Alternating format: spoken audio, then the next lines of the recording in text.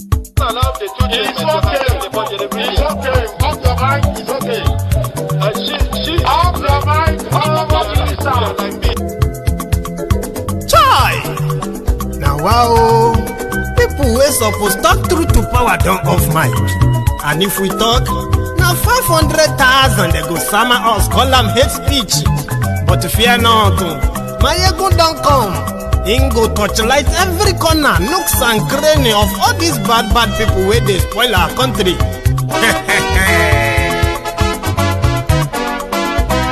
So my people make we loud, oh, yo, yo. My ego don't come, oh, yo, yo. My people make we shout, oh, yo, yo. My ego don't come, oh, yo, yo. My ego don't come, man of the masses, oh, yo, yo. My ego don't come, oh, yo, yo. My ego diary politico, yo, yo. My ego don't come, oh, yo, yo. This one not the off in mind, oh, yo, yo. My ego don't come, oh, yo, yo. And in the touchlight every corner, oh, yo, yo. My ego don't come, oh, yo, yo. Okay, some people be they holla say they want the power. Chai, them be promise us say we go get light and power. Nah. Them hustle sote they can't get the power. But now they know they do anything with the power. Sure. Every day, dollar just they get the higher power over naira. Still them talk say make we off mind. But thank God say my ego don't come. So my people make you louder, oh, yo, yo. My ego don't come, oh, yo, yo.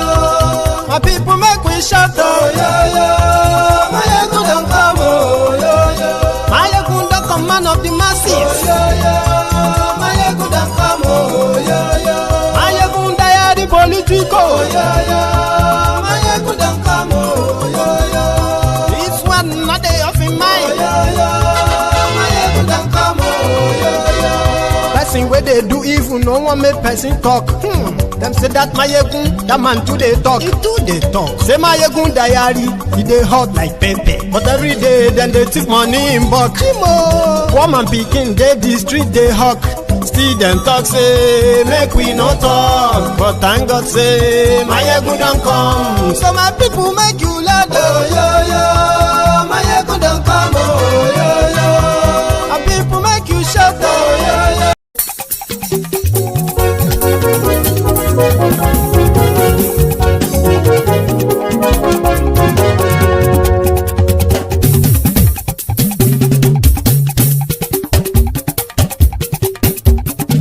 Mayegun làwa mọ̀ làmọ̀ tó dòdòdò. Mayegun diary Mayegun number one. Mayegun làwa mọ̀ làmọ̀ tó dòdòdò. Mayegun diary Mayegun number one. Mayegun ti dé o ọ̀rẹ́ ara ìlú. Mayegun diary Mayegun number one. Lórí Facebook lórí YouTube. Mayegun diary Mayegun number one. Gbogbo bó ṣe ń lọ ni Mayegun já wa sí. Mayegun diary Mayegun number one. Àṣírí ọ̀jẹ̀lú kì í bò níbẹ̀ o. Mayegun diary Mayegun number one. Bó bá ṣe eré àní Mayegun máa wí. Mayegun diary Mayegun number one. Ó sì tún ṣe eré wàá gbọ́ níbẹ̀ o. Mayegun diary Mayegun number one. Mayegun diary politico. Mayegun diary Mayegun number one.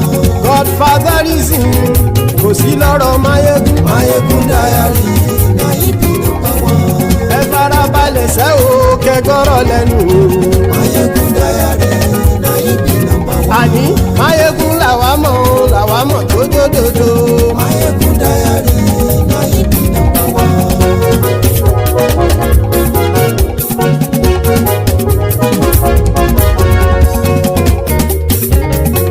Àní ẹ̀sùn rákì. Mayegun ti dé. Mayegun ti dé. Ọ̀jẹ̀lú ẹ̀sùn rákì. Mayegun ti dé. Àní ẹ̀sùn rákì. Mayegun ti dé. Lórí Facebook. Mayegun ti dé. Àní ẹ̀sùn rákì. Mayegun ti dé. Lórí YouTube. Mayegun ti dé. Àní ẹ̀sùn rákì. Mayegun ti dé. Bọ́ bàbá gbé wúrẹ́. Mayegun máa wí. Àní ẹ̀sùn rákì. Mayegun ti dé. Bí Ìjó ìgbádìyẹ. Máyégún máa wí. Àníyàn sọ́ra yìí. Máyégún ti dé. Bí pẹ̀sìdó bá rúfin o. Máyégún máa wí. Àníyàn sọ́ra yìí. Máyégún ti dé. Bí gómìnà gbówó jẹ. Máyégún máa wí. Àníyàn sọ́ra yìí. Máyégún ti dé.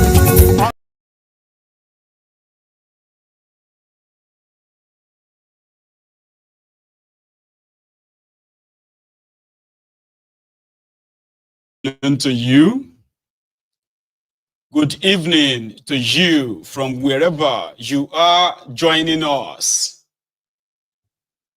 This is Máyégún live. And Happy New Year, brethren.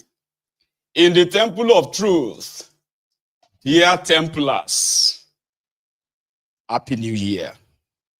Welcome to 2025. And as we walk into 2025, in the Temple of Truth, we walk in grace. Thank you so much for joining me. Remember, after reading the caption of this broadcast, read the description of the broadcast, like it, share it, invite your friends, invite your not so friendly friends. Tell them that Máyégún today, the maiden edition of Máyégún's Diary Politico 2025. You're welcome. And once again, thank you for joining me. Kindly let me know if the audio is very much perfect on your own device over there. It is a new year. And then a bit of a recap of what it was for 2024. An interesting year, if you ask me, for us on Máyégún's Diary Politico. So I am going to possibly take us a little bit back to that. And then we look forward to the future. What is in stock for us in 2025? Congratulations to you, every one of you that made it across the line. And yes, it may sound like starting afresh, as some have, postulated. Whatever it is that you missed in 2025, yes. Sorry, in 2024, rather. In 2025, you can give it a shot again.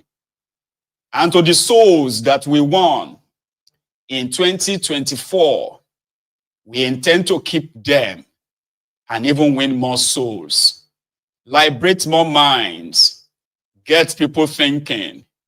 The zombieism that Nigeria represents is curable on Máyégún's Diary Politico, where the truth lies, where the uncomfortable truth resides, where political correctness dies, where praise singing perishes. So if you have been killed, it is our duty on Máyégún's Diary Politico to keep your mind continually watered like a flower, a lily, beautiful flower, that with truth on this platform, it will be very difficult for you to backslide. As the criminals in charge of the contraption like Nigeria are working without resting, so shall we, the agent of truth, shall also stay awake relentlessly with the truth. Because that's the only thing that, the only weapon that we have against the APC, Egbekegbe, in that contraption where lies have become have become so institutionalized in the contraption, where our people and their future are being destroyed and mortgaged by these unscrupulous elements criminals, old and young, paid propagandists, as they are not giving up, so shall we not as well give up. Thank you so much for crossing over with me. And please, as we hold our hands, as we hold ourselves hand in hand, walk into the 2025, our battle is it called Kano? Our battle is beyond, physical. It is mental.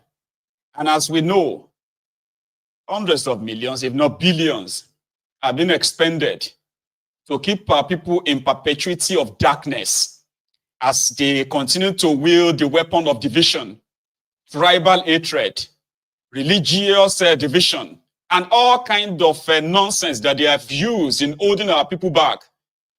Mayegun's diary political may not be so popular, but it is very, very, very important to those who have come across this platform in the last few years. Again, nothing is going to change. Rather, we are forging ahead with more determination that no matter how far a lie travels, truth can catch up. And sooner than later, we shall have the needed number, yes, the critical mass, that we can break free from the stranglehold of these criminals. Until then, we shall not rest. We shall not relax. As they are rolling out their lies, so shall we be rolling out the counter-truth to weaken them. They don't like us, don't forget that. And we don't like them too. That is why those who want to use political correctness in trying to, sabotage us and possibly blackmail us, gaslight us, are always going to remain our adversaries. That's why we call them the frenemies. Yeah? The enemies that pretended to be friends, giving us a stupid advices, telling us to kind of slow it down. The rogues, the wolves in sheepskins, who come onto Mayegun's diary political to advise us to respect criminals because they are old, to respect criminals because they are from our tribe or from our ethnic nationality or from our religion. We have told them, you do not like us and we do not like you too. Keep your advices for the criminals and the ruiners of their contraption. We shall keep our own head intact. So, brethren, as your GO in the temple of truth, I welcome you to 2025, a place where the truth shall prevail. Thank you. But towards the end of the few hours to the end of 2024, an organization that is known for, exposing the world's greatest criminals, OCPPR, they came together to ask people all over the world to nominate those they believe are the OCCRP, are the worst of the worst criminals in the world. And people should vote. Indeed, Nigerians participated. Other people around the world participated. And they put forward the names. So on the part of, the criminals, the organized criminals in the whole world, that was where Thiefnubu, the Jaga Banditi, the Jaga Addicti, the Ashiwaju Awole, Ashiwaju Awon Agbero also emerged. Even people are thinking that maybe the whole thing is even rigged. How did Ruto of Kenya beat Thiefnubu? And who the hell is Joko Widodo, the former president of Indonesia, where Thiefnubu, a drug dealer, a drug pusher, heroin accountancy, a drug addict, a certificate forger, election rigger, and treasury looter. How did he manage to get beaten by these two? Well, as Yoruba will say, you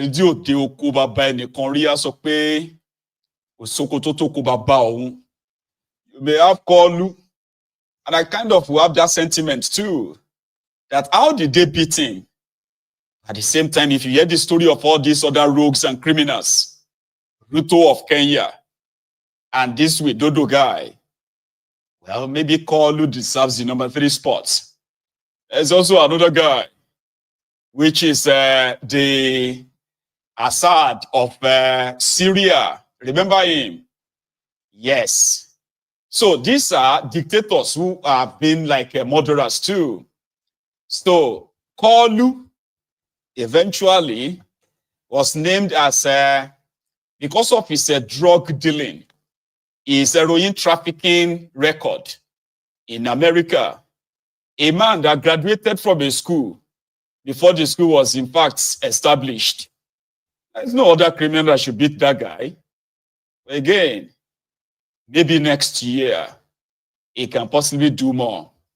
Nigeria has been captured by drug dealers. You know, Nigeria has been captured by career criminals.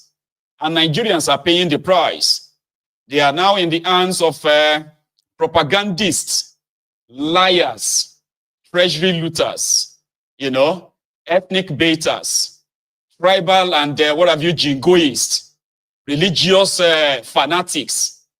This is one, like, you know, a problem too many, which Nigerians are facing.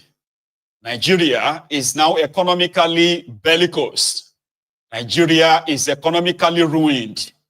Nigeria, which is now the terrorist headquarters of Africa, if not the world, courtesy of the APC. As for the Ronukus, the Ronu bastards, the Ronu bat idiots, the Ronu bandits, home and abroad, they are doing their best to kind of make people believe that with prayer and trust, they are asking people to trust them, that you have a way out of this. In 2025, this year, the only advice I can give to those of you who are trapped in that contraption is that, hold on. If you can endure, if you are so afraid to stand up to them, then you would have to hold on. Endure for another, 2.5 years. If you will make it that far, maybe there is a chance that you will be able to stand up and liberate yourselves. Because nobody is coming to save anybody. That should be very clear. They will choke you. They will strangle you. They will do all they can. And they will ask you to be grateful to them for whatever they will do to you. There is no chance no way out of this. Like I've said many times, if you don't stop them, they will never stop. So, brethren, towards the end of last year as well, Thiefnubu and his gang, they tend to have succeeded in what is called this consolidation of their state capture, in which they believe that except death happens, there is none of you that can actually remove them from that state of power. They are banking on the hatred that they are spreading, banking on the division that they are brewing, or they've kind of like instituted already. Or can they survive what is coming their ways in 2025? Time shall tell. Everyone who speaks up in a place that was supposed to be a democracy will be picked up. Yes, you'll be picked up, locked up, and if you are not lucky, you may get killed by these rogues. Now, I want to remind you all again, in this 2025, their desperation is going to take another level. I am talking about a level you've never seen before. Disappearances, where people will be disappearing for criticizing or for speaking up in that contraption. I am not trying to paint a picture of a gloom and doom. I am only trying to make you realize what is ahead of you. Yes, they have told you, as a lot of people always believe, in the new year, you can hope for the better.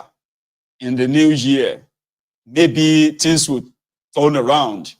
Things will turn around if you are doing something differently. Thiefnubu and his gang are not doing anything different. They are doing the same thing and expecting a different result. But you know that doing the same thing again and again, expecting a different result, is a symptom of, madness. I'm talking about a symptom of lunacy, like lunatics. So if you are building your hope and expectation on what they say to you, it simply means you have not learned anything. On Mayegun's diary political, when they lie to you, I shall do my own bit, right? To tell you the truth. Now, what you do with that is completely yours. You will be responsible for what you do with the information that's always available to you on Mayegun's diary political. Thiefnubu is recognized worldwide as the leader of the organized criminals. And an organized criminal, I want to use a former drug lord, is the president of Nigeria. That alone is a stigma that whoever identify as Nigerian anywhere in the world that you would have to deal with, in case if you don't know. That stigma is enough to demarket Nigeria. That stigma is enough to embolden you, encourage you to stand up against these criminals. They are not as many as you think. Yes, you have an institutionalized criminality, but if you don't stop them, they won't stop. How do you stop them? Start from you knowing why you want them stopped. There are so many of you who don't even, there are some of you who are not really different from your criminal leaders. Because Nigeria is a place where the supposed followers, the citizens, are not so different from their leaders. Your leaders are more or less like the reflection of what majority of you are. So if you begin to liberate your minds in defending what is right and rejecting what is wrong, that can be a beginning. Today is the 1st of January, 2025. So if there's any motivation or motivational word you want me to give to you, it's going to be that you need to start, rejecting everything that is bad. Don't reject bad behavior simply because somebody you don't like is doing it. Reject all the bad behaviors simply because it is bad. It doesn't matter who is doing it. Now, when we cross that bridge, when we manage to cross the bridge of defending our criminals, like you have been doing, because majority of you Nigerians, you love your oppressors differently. You love your criminals differently. Especially if they are from your tribe, your religion, your ethnic, or maybe it's people you kind of look forward to becoming, or to want to be like when you also have a chance. Nigeria is a place where it is evident the majority of Nigerians don't really hate corruption. They do not hate oppression. Majority of them don't really hate bad behaviors. The only reason why they will profess of hating on them is when they are not benefiting. Nigeria is a place where, like I said, people love their criminals differently. And they can easily tell you that their own criminal is God-fearing. I've never heard anything like that in my life until I began to study Nigerians, where they will tell you, is he the only person? Talk about another one. Leave this one. Where Nigerians love to cherry pick. In 2025, if you want things to be different, we all have to agree to do it differently. And then coming together in fighting the monster of the criminals in charge of Nigeria. That too means that you have to, when you reject something that is bad, you have to do so unconditionally, no matter whose ox is God. I have always been like that. We just haven't really make up the number. So whether it is your pastorpreneurs or it is your own sheiki, or being a shekil, maybe not your own Satan, or being an emir, or maybe it is your own Oba or Obi. It doesn't really matter. When they are caught in the web, do not defend them. Do not excuse them or give excuses for them. So when we kind of breach this, then we probably have a chance of destroying this hegemony. If it is not destroyed, it's going to destroy us. If you don't kill this criminal enterprise, they will kill all of us. So speak up when you still can. Thiefnubu and his rogues and his gang and co-travelers, they will become more desperate in 2025, as much as they are also going to become more confident. But you also have to take a different approach. When I say take a different approach, I mean take a different approach to how you see things. Okay? Do not defend bad behavior. Do not give excuses for them. And see how much we are likely going to possibly build the needed, army, mentally developed people, right? Mentally developed or mentally liberated army that will challenge these guys. You may not even have to wait till 2027 before this entire enterprise will collapse. I don't know how long they can hold it together, but I can tell you, right? It's not going to be for long anymore. Thanks so much for listening to my TED Talk. So, Thiefnubu, as the head of the criminal gang that is in charge of Nigeria, they actually have an idea of what is coming for them. They just don't know when and how. And I think it's ideal for you to begin to position yourselves into what do I need to do to effect a difference? Where should I kind of like be if this is to happen? Mayegun's diary political is likely going to help. As well as, there's something called self-destruct button. I strongly believe that the ruling class, the political class in Nigeria, they've already pressed the button of a self-destruction.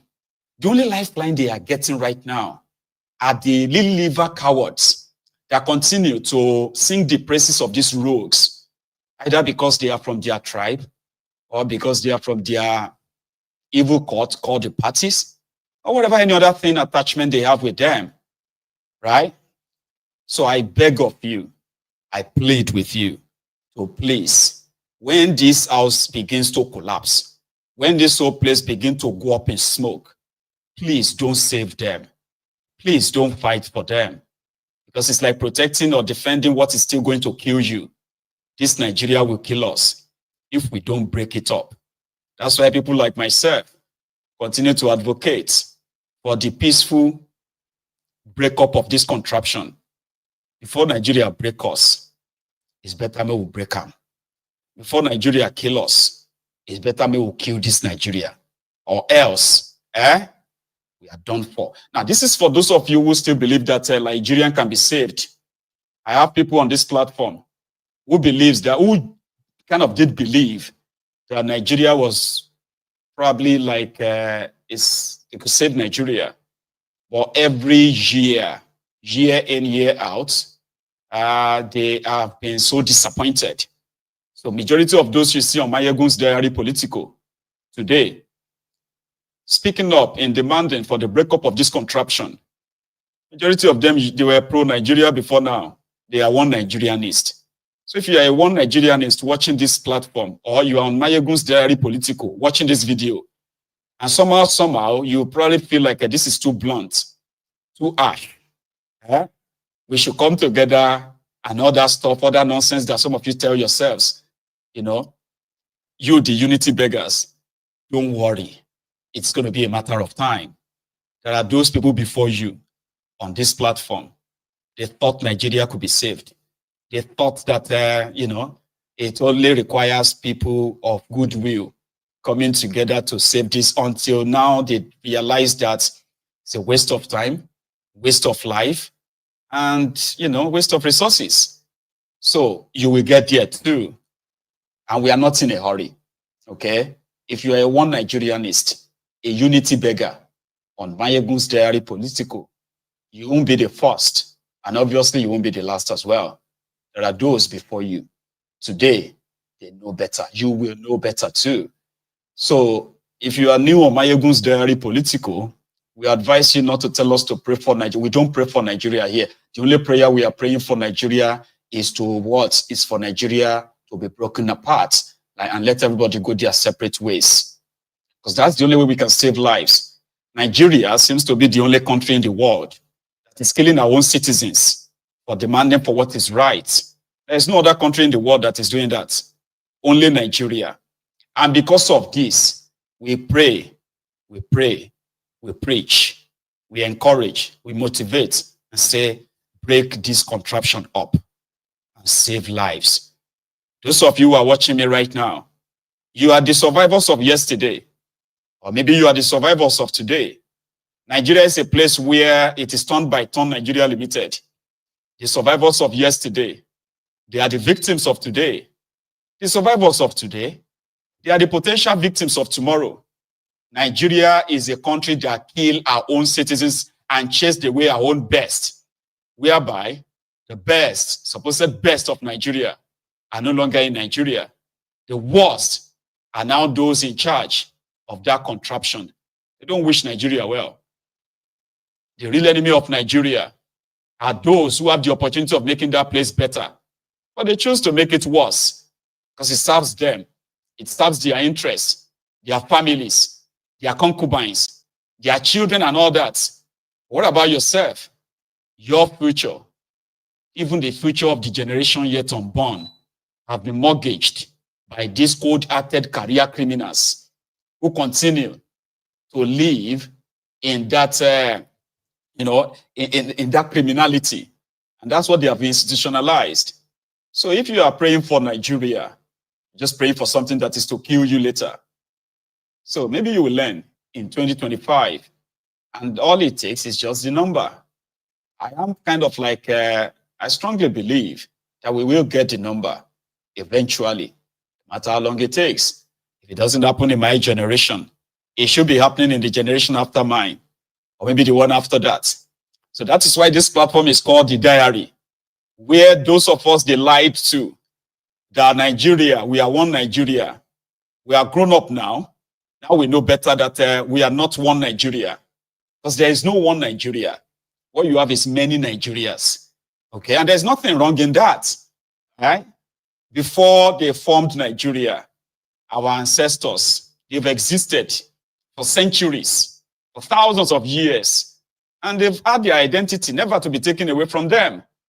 But this contraption forced us together, called us one. That is just in theory. In practical, there are many Nigerias. And no thanks to Bukwari, the man that came to show all of us where we truly belong. So if you haven't realized or arrived at that reality, it's okay. You still have time maybe. And for those of you who have already been liberated by mine, don't ever fall back. Because the truth you know is enough to set you free. What we need is just the number. We will get it.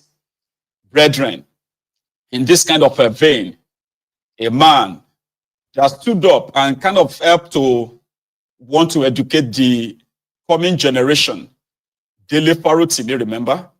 He became a victim of these criminals who wanted to use their own power, as it is in the contraption, where some of these rogues, the dirty, stinking elite of Nigeria, senior advocate of nuisance, enablers of criminality, those who have been using the same rule, the same law to protect criminals who are supposed to be in jail in Nigeria.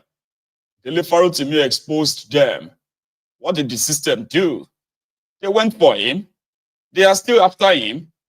But Dele Farotimi after came out and said, if not for the fact that a lot of us jettison these normal differences of I am this, I am that, or I am not this, I am not that, bonded together, screamed at the top of our lungs, shouted down on these rogues, taking them to some level, he probably would have become a victim of that contraption. Nigeria probably would have happened to him.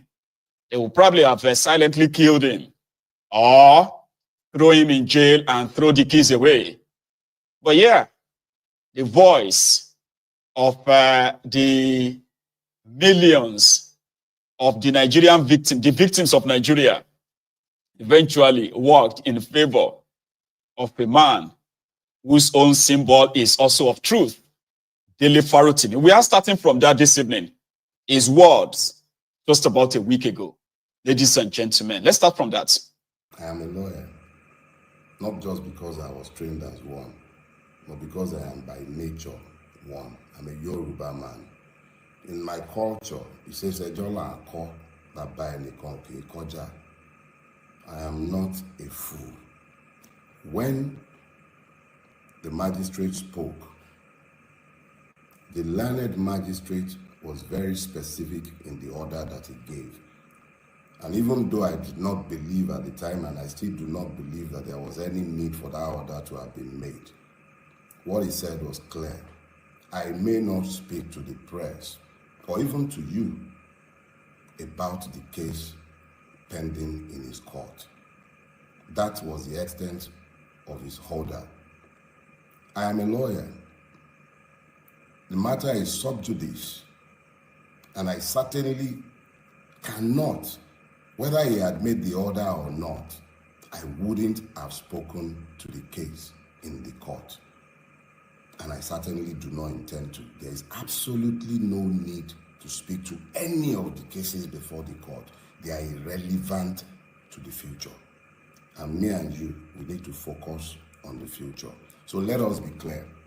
Assuming that the magistrate had made any such order, I would have been under a duty as a human being, even if I may not be a citizen, to disobey that order. But I thank God that the magistrate, erudite magistrate, intelligent and very, very, very, very fair, firm, and just, gave only one order, the only order he could have given in the circumstances.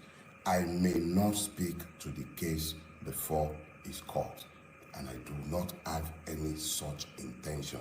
So anyone who has misconstrued that order to suggest that I am somehow gagged by somebody, there is no such law by which any magistrate or judge may gag me as a human being, even if I may not be a citizen, as long as I am not a slave. And if I have become a slave in the Nigerian state, it will be interesting to watch such an order come from any court, presuming or purporting to be a court of law. No such order was given. So enough said on that one. Persons. I could say, for instance, that Mr. Peter Obi came to the prison to see me. I should say and say thanks to him for that. And then there is my brother, Yele Showore. Not only did he call my family, like he called them, he mobilized the AAC and the Revolution Now movement behind the demand for my release. My legal team, led by Mr. Lumide Fusika, fantastic people. Then there is Professor Emiri. He lost his wife and he just lost his mother as well. In the midst of his grief, he found the grace to show up in court, argued my bail application before the Federal High Court in Advocacy, even though I was only told the day before. I only informed them the day before. They all rushed to Advocacy to ensure that I had legal representation. Fantastic human being. All kind of people, small and great, however you grade human being in your own reckoning, traditional rulers, sending chiefs. My hometown, I've spent more time in front of you guys than I have spent in my hometown. But the Owa of my town sent a delegation, okay? Everybody, the show of support across the entire strata of our society is humbling. It was humbling in the extreme. And I need all of you, whether I've mentioned, do I want to talk about Gigabyte in Ekiti, the Revolution Now coordinator in Ekiti, and his team, all kind of human beings that I can't even remember to mention their name as I speak with you. the Advocacy prison practically became a tourist center. Big, small, everybody, people showed up. And I was being told constantly of the loud demands that you lot were making for my release.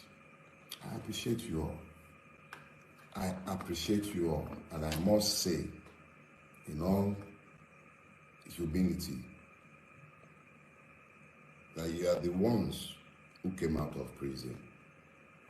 It wasn't me. You came out of prison. You found your voices. You demanded that the right thing be done. Consistently, you made sure that I knew I wasn't walking alone. Your voices strengthened me because I heard you even beyond the walls of the prison. I heard you loud and clear. And then I believe on my Twitter feed, you find me labeling myself a victim of Nigeria. And I have multiple times spoken to the victimhood of the Nigerian people. I have lamented for years that what truly assails the Nigerian is the complete absence of the rule of law in our country, and how this has left all of us defenseless and as praise in what has become a country of pain. I have spoken to you about this for years, you know. I spoke to you about it, that we are all victims, that we are all becomers. Yes, we are. But there are also voluntary slaves. Like I said, without the enablers, you see, this slavery or, master-slave relationship that you have in the contraption would not exist. There are those who believes that their own slave chains is made of gold, and they are comfortable in that slavery. And there are those that are actually fighting anyone and everyone that is standing up against these rogues. And they are likely the people that we must really focus on if we are to liberate ourselves at all. Those who are comfortable in their slavery, those who are waiting for their turn, and therefore the sound of liberation, of freedom from this slave camp is pretty much like a too much to desire. Anyway, the Thiefnubu's regime received their usual praise singers. You know what they say about the National Assembly? They were supposed to be the arm that is doing the checks and balancing in the system. They were supposed to be the representatives of the people. But you have a system where nobody really elected these rogues. A system that rigged them in. A system where your own vote doesn't really count in a democracy, right? So what you get in return are the assemblage of criminals at the National Assembly, ass lickers, praise singers, like these guys. This journey of prosperity for Nigeria, this journey of reforming Nigeria, in all aspects, you are not alone. The National Assembly is with you. We will stand by you to ensure that we don't do the same thing over and over and expect a different result. Nigeria needs transformation, and under you, you are determined to do so. We are in essence saying that at the end of the day, this day has capped it all by giving you an award as Man of the Year. Man of the Year 2024 simply indicates that you are that man that has taken the very, very hard decisions that Nigeria needed to take many years before you became president. The subsidy needed to go many years ago. Somebody used to joke that if subsidy does not kill Nigeria, then Nigerians will die of subsidy, whichever way you look at it. But you have stopped all that. Today, the reformative agenda of your administration, people are groaning, and I'm in sympathy, and I said they should bear with you. We are all going to bear with you, because we know, like you always say, that it's like the pains of childbirth. It might be difficult, but when the first smile of the child comes, then joy comes in the morning. So, Mr. President, congratulations that we were able to make it to 2025. We said we must be here. Please accept our sympathy for the souls of your citizens that you lost in 2024. May their souls rest in perfect peace. Please accept our sympathy, particularly on the stampede that took away our very young children in Ibadan and other places in Anambra and also in Lagos at the Trinity Church. It was not limited to one location. These were unavoidable circumstances, not man-made, but almost natural disasters. Please accept our sympathy. May the souls of all rest in perfect peace.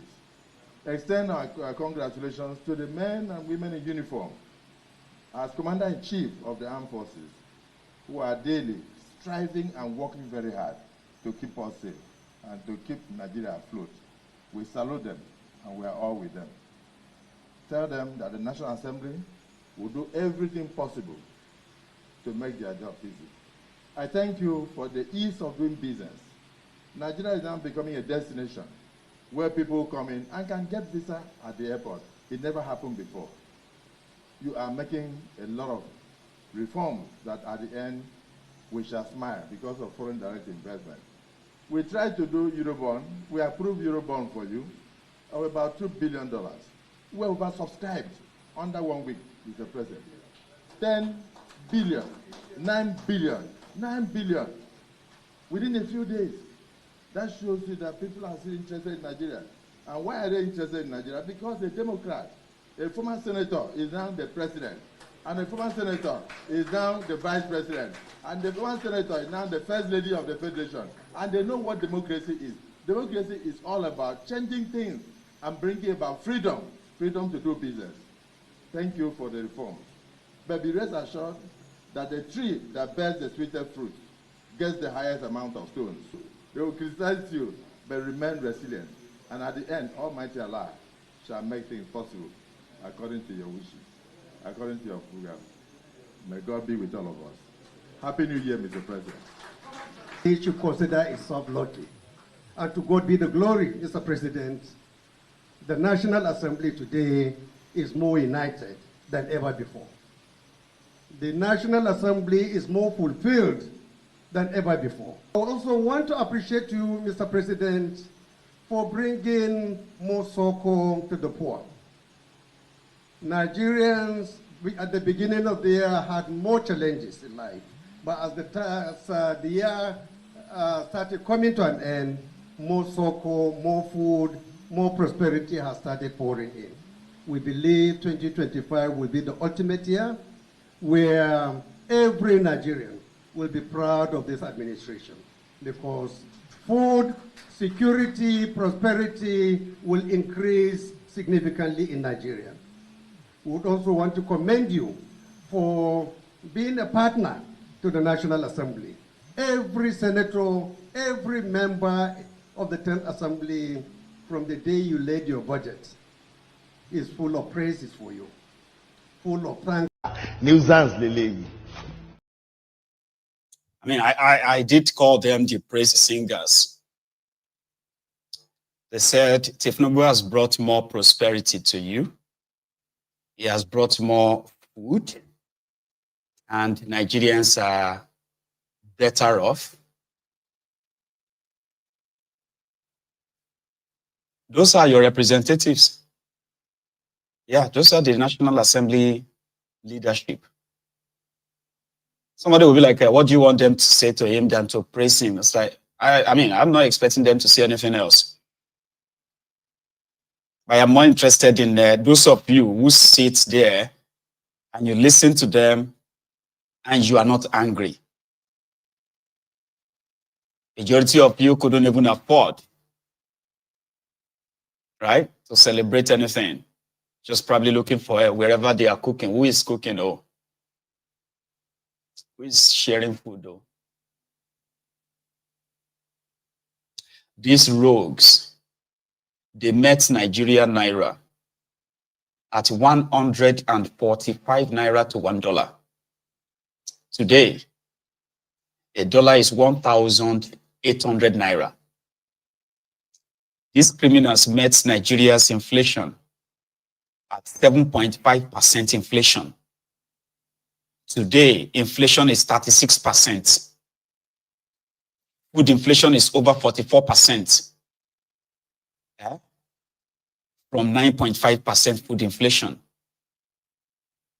A liter of petroleum was 97 naira per liter when these criminals took over power. When this Thiefnubu got in, it was 180 naira. Today, a liter of petroleum is how much? 1,100 naira, 995 naira.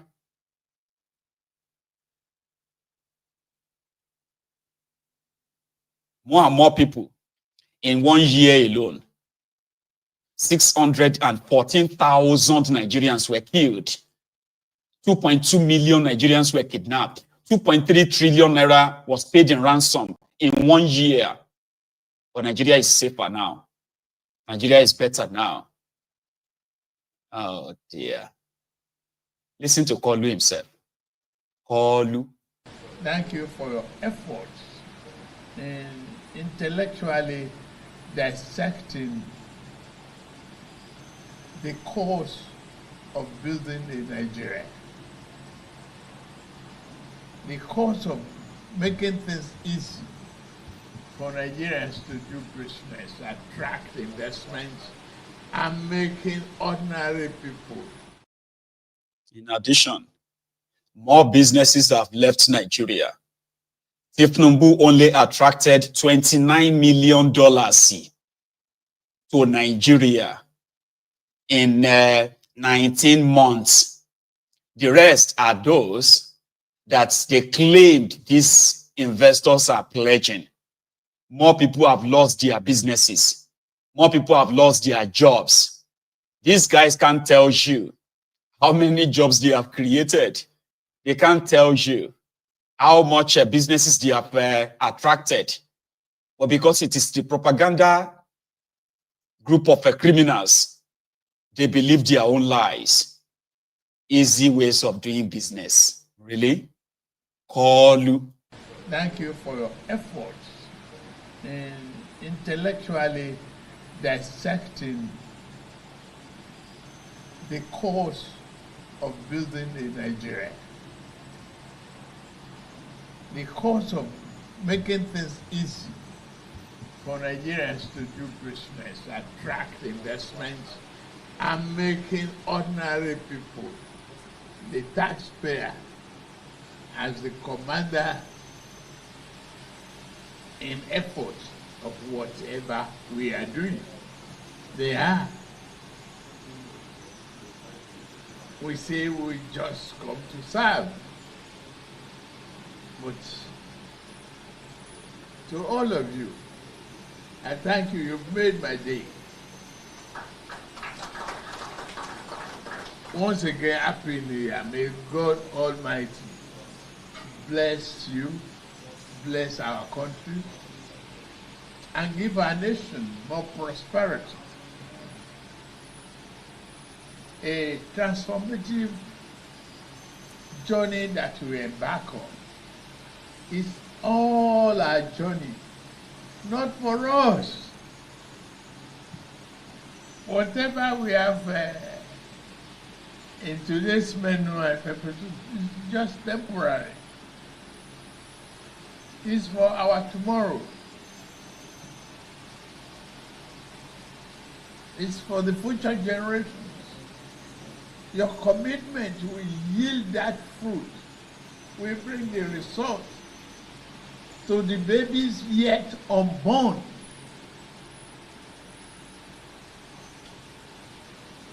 your commitment to value addition, to bring about the spirit of can do and must do, is all of us together. It's for us to build a nation.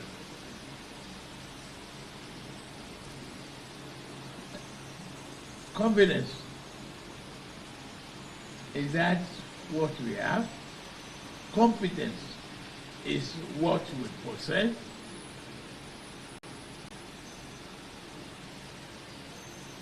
The slave masters who want us to be anything but slaves. But we say no. We are determined. We are capable. We are free. And we are resolute. And we will be there. We will take Nigeria to that promised land with you. And it's not an easy job, yes. I could hear that what the Senate President mentioned as the sweetest tree that takes the high frequency and high number of stones. Yes, the truth is, I asked for this job. You all work hard to give it to me, and I must do it. I am determined to do just that. And with all of you in support, in the struggle of things, I have no fear whatsoever. It's just believing in our country, seriously grateful for our generation to pass the baton to the next generation unblemished, and to add on a flag, a banner without stain. To you, you've encouraged me. I'm committed again to do much better, work harder, embrace the intellectual inclusiveness to serve our nation, and be more courageous in everything we do, because it's only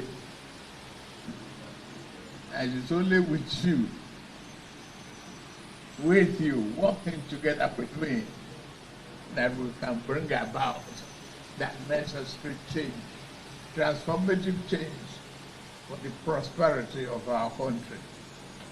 I promise that. Nuisance Lele. I'm sorry, like, it's not like those of you who were with us in 2024. It's not like, I mean, it's not that you do not know how we deal with Thiefnubu. Don't listen to him like you want to hear anything sensible. It's pretty much like a blah, blah, blah, blah, incoherent nonsense talk. Then in the midst of it, he will be dropping in some big, big words like, you know, I can't even quote him. Okay, do you make any sense out of what he said? Maybe it's just me. Did anybody make any sense out of all he said? It's like a punishment. Listening to Kolu, yeah, it's always like a punishment. But that is the man that the Ronu Nazis, believes that is going to, they are talking about reforms. His reform is going to bring out so and so. What reform? Eh? Right. Here is what the TUC, fool. I can't remember his name, but is the Ajero's other guy, the NLC. See, the NLC is asking Thiefnubu to withdraw his tax reform right now. They said his tax reform is going to impoverish them. Okay. This one, who is part of a delegation that went to help help the NNPCL to deceive Nigerians about working refinery. Now he has come back now to say Thiefnubu policies has made Nigerians poorer. Just this morning. Yeah, thank you so much, Jeffrey. Happy New Year to you. Happy New Year to Nigerians. Welcome to the year 2025. All right, so there's a lot to unpack with you, Mr. Osifo. So, but let's begin with where the president stopped. I'm sure you would have read his message. Loads of optimism. He's been consistent in his message. We must give him that credit. He's been bold. We must give him that credit. But Nigerians are not happy with the way things are playing out. So what do you make of this latest message from the president? Yes, Jeffrey, it is the function of the president. You know, the president of a country is the chief salesman of a country. So it's his function to give us hope. Is the function, it's his own primary responsibility to lay out the message that he has laid out, to paint a very bright picture, to paint a picture of a lot of goodies that could come in 2025. So he has done what any president in the world could do. So it is normal for the president to paint such picture. But in also painting that kind of picture, we have to also be realistic. So generally, from listening to the statement and reading through it, over and over again, we could see that a lot of things were painted with optimism. That is what the president should put out there. But for us, looking at it, because when we are looking at statements like that, we look at how will these affect the plight of Nigerians. What are there in the statement, in the speech that could inspire Nigerians? What are there in the speech that could positively influence Nigerians? So looking at what is in the speech and what is on ground, we could see that there is no much correlation between both of them. So do you think that the president, in your view, so I would like to take your mind back to the what do you call it now? The media chat he had, and then this particular statement. Those are the two most recent, besides his remarks concerning the Warri refinery that came on stream. When you look at that media chat and you look at this statement, some people are saying the president is not in touch with reality. Is that what you see? Or he just has to keep this picture going that he wants to see? Yes. So what I think is happening, because when I listen to President of Nigeria, what I try to do is also to look at the statement that is made in similar scenarios across different governments in the world, from African government to European government to American government. You could see a lot of similarities in it. Even when the people are passing through hardship, even when things are very, very difficult, in most cases, the commander-in-chief will always come and paint a picture of things that are going really well. I could say that from the media chat that we've also played, times again, we could realize that, that yes, the president was doubling down in some of the policies that he has put out there. But looking at it deeply, we all know, Jeffrey, between you and I, the Nigerians know clearly that a lot of these policies has brought about challenges, have brought about difficulties that we are facing today. Jeffrey, you say it over and over again. Our inflation rates today. You say it over and over again in your program, and all your guests and all the economic analysis, the financial analysts, they've all come to the realization that it is the policies that have been brought about by the government that has led to the challenges we have today. That today our exchange rate is about 1,600, depending on the parallel market or the NAFEM or NAFEX. It is also these policies that has also brought about the inflation that we have today. So in reality, what the president has said is trying to inspire hope. But that hope that is trying to inspire, it is not really in tandem with what we have currently in our economy. But in all reality, Jeffrey, government all over the world, that is what they always do. They come, even when things are hard, they will try to tell us that there is a better tomorrow. But what we now look at is, what are those things that have been lined up? What are those parameters, or what are the things that have been done to stimulate the economy so that we will be as optimistic as the commander-in-chief is or was, as the case may be? So in this case, what the president has lined up, we've been told, for example, that inflation is going to come down to 15% 2025. We've been told, for example, that our crude oil production is going to rise to about 2.06 million barrels per day. We've also been told as well that the balance of payment. We've been told how much we are going to borrow to finance our budget. So all these that the president has said, we have taken the brighter ones. When you now analyze them, what are the parameters that have been put in place? What are those details that have been put in place that we can see that truly it is not just talkism, that truly what the president is saying, there are actions to match them up? Looking at the budget, for example, Jeffrey, you could see in that budget, yes, the naira value is humongous. We've all said that compared to the dollar value, that of last year is even much more better. But Jeffrey, in Nigeria as a country, we don't have a business of having a budget size of $30 billion. $30 billion budget, let's assume that you pause corruption. Let's assume that nobody's... It's all right, because I mean, I can leave you there to be shouting and shouting, and that is still going to come back to one thing. The lies they told you. Let me kind of remind some of us, my viewers, that meanwhile, let me say a quick thank you to this, my Templars, for your generosity. Kalakun, thank you very much. Same thing to Obikunle. Samson, thank you. And to you as well. Nwokike, Emmanuel, thank you for your generosity, all of you. Thank you. However, the lies they are telling you or making you have optimism for those who want to be lied to, because there are people who really want to believe what Thiefnubu and his gang, the lies they are rolling out. They did it for 8 years under Buhari, when they took Nigeria's national debt from $13.5 billion to what you now have, which is over $140 billion.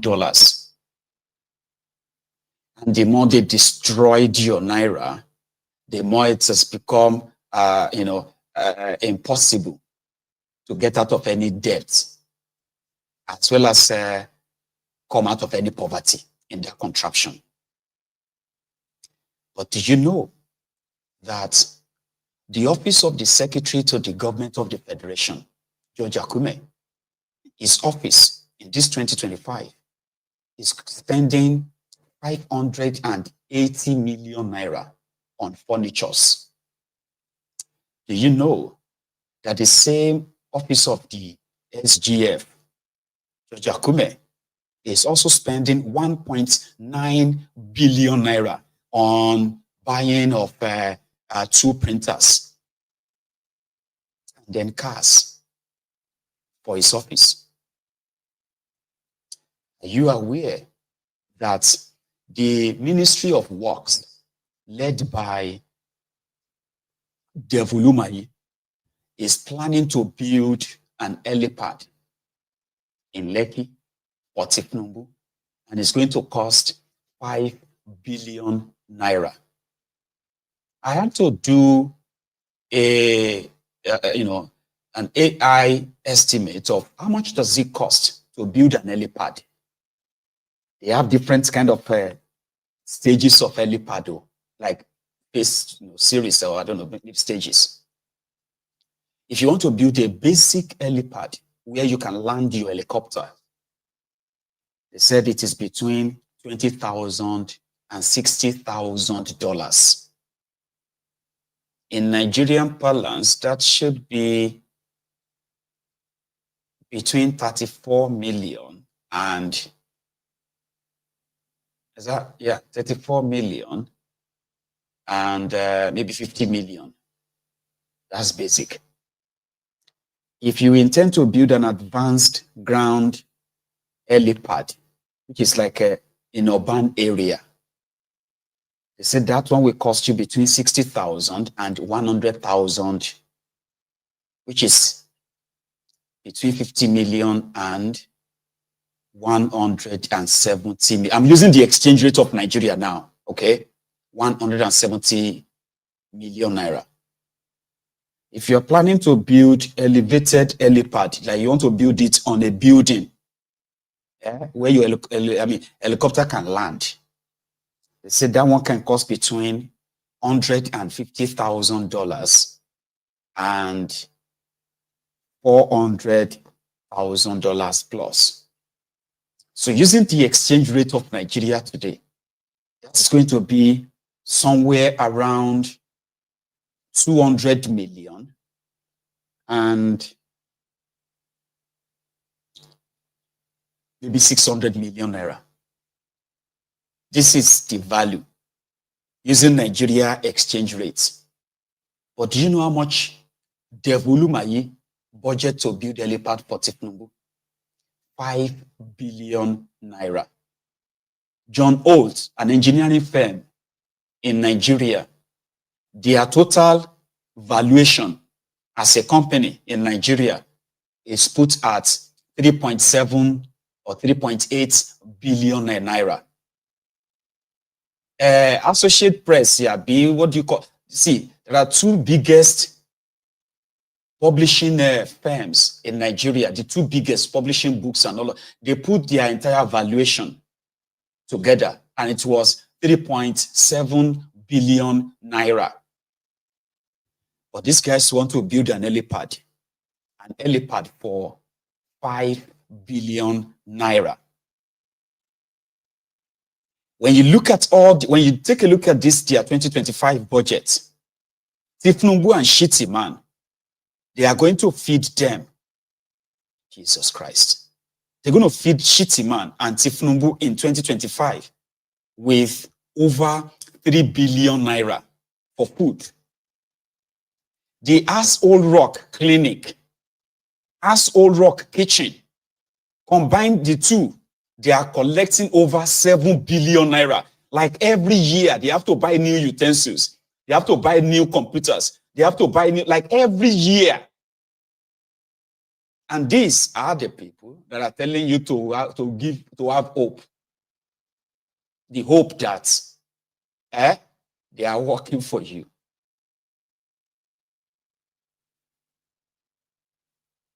So the Bauchi governor who seemed to threaten, I actually wanted to listen to this before I say that. He went to Ojota and a few other places to campaign seriously. In fact, what did they not do to Jonathan? Not just placard, but they carried even effigies to show Jonathan as a dead person. They castigated his wife. They called out manners of names, all because they said they didn't want subsidy. Are you telling me that the realization just came to Tinubu today, or the day he was sworn in, and then, like he met his epiphany on the road to Eagle Square? Is that how it works? Or he knew, and all he wanted to do was play politics so that they can drive Jonathan out and they can come in by way of subterfuge? So which one do you think it is? Now can we begin to talk seriously? Who is going to be telling me that, it is long overdue? Since when has it been long overdue? There was Professor Sam Aluko, who told us many years ago, wrote about it, that if they tell you devalue your money, your currency, don't do it. And Aluko went ahead to say, whoever tries to do that has committed treason. Yeah. And he said not just about treason, because the very first thing the government must do was to protect the lives and property of the people and safeguard them from poverty. And then you are embarking on a policy. Do you know what a policy is? I'll tell you what a policy is. A policy is not a statement you make on the day you are sworn in. A policy is a process. You go into it with all manners of seriousness. You call the experts. You debate it. You work on it. You begin to look at how that policy, if you want to call it a reform, whatever you will, is going to lead to productivity.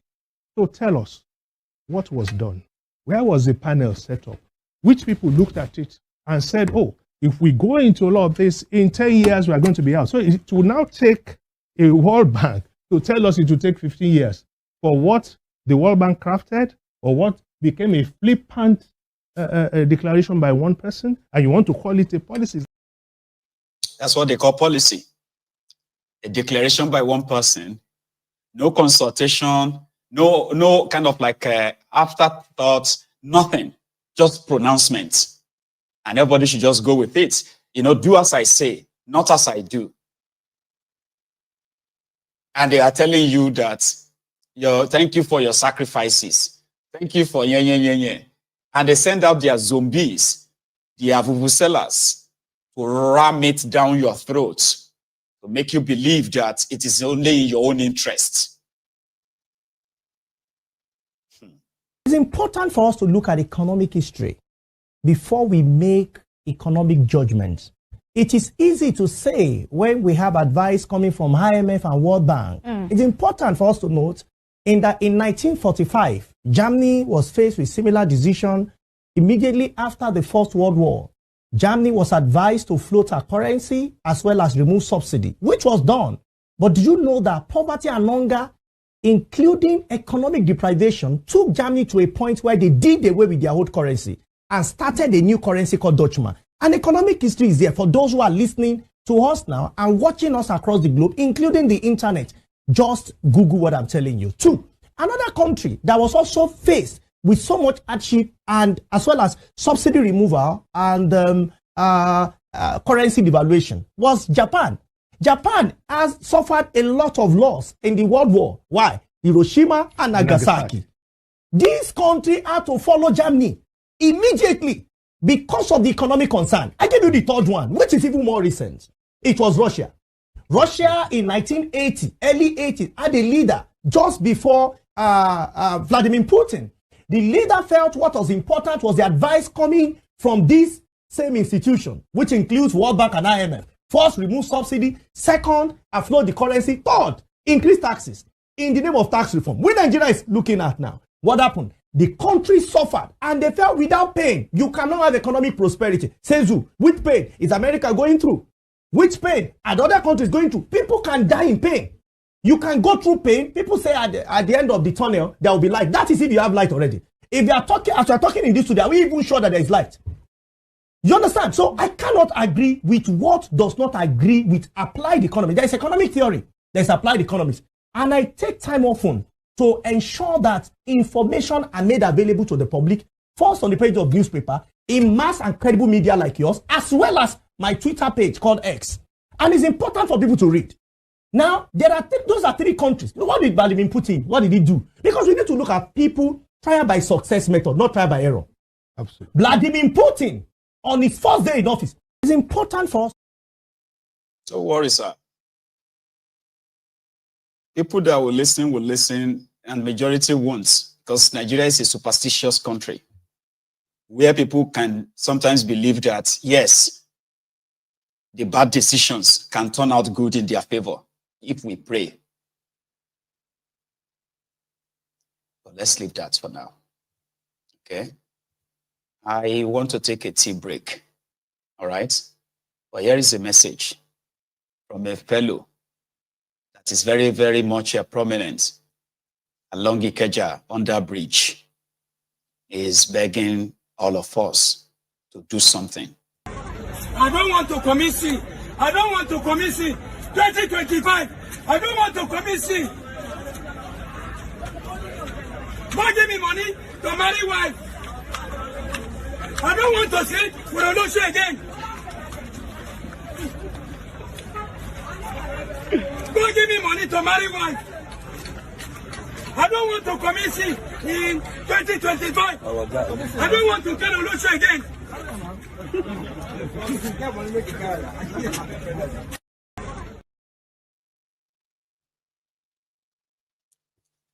Give him money to marry wife. If you don't want him to commit sin and marry Olosho, it no one go to carry Olosho again.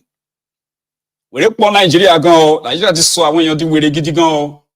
Like for real, I want to hear with Sarah go. But guess what?